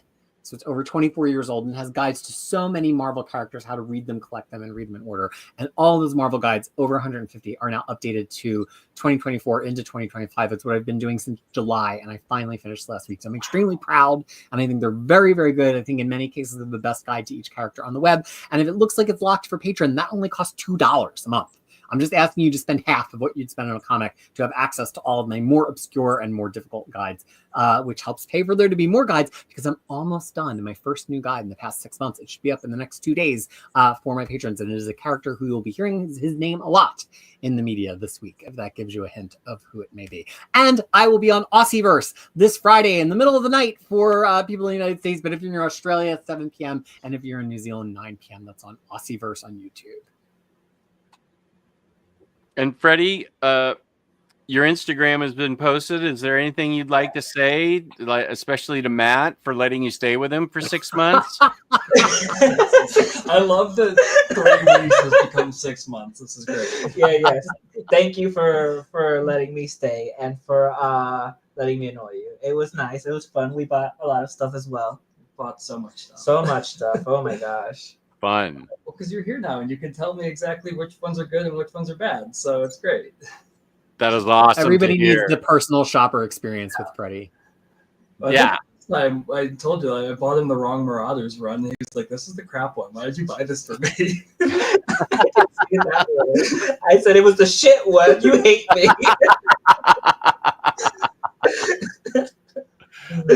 And you can find me, Omnidog, on YouTube. I have Discord, Blue Sky. James has posted all my links. Discord, Instagram, all the social things that I ignore generally. So thank you for watching. Peace and love. Peace and love. I really appreciate everybody that watched. I really appreciate my co-hosts. Matt, I'm going to miss you next month when you're not on the show. And we're stuck with just Freddie. Send him home. It's tragic. I'm sad. And it sounds like it. Yeah, he's part of the family now. He is. It really is. Yeah, I get it.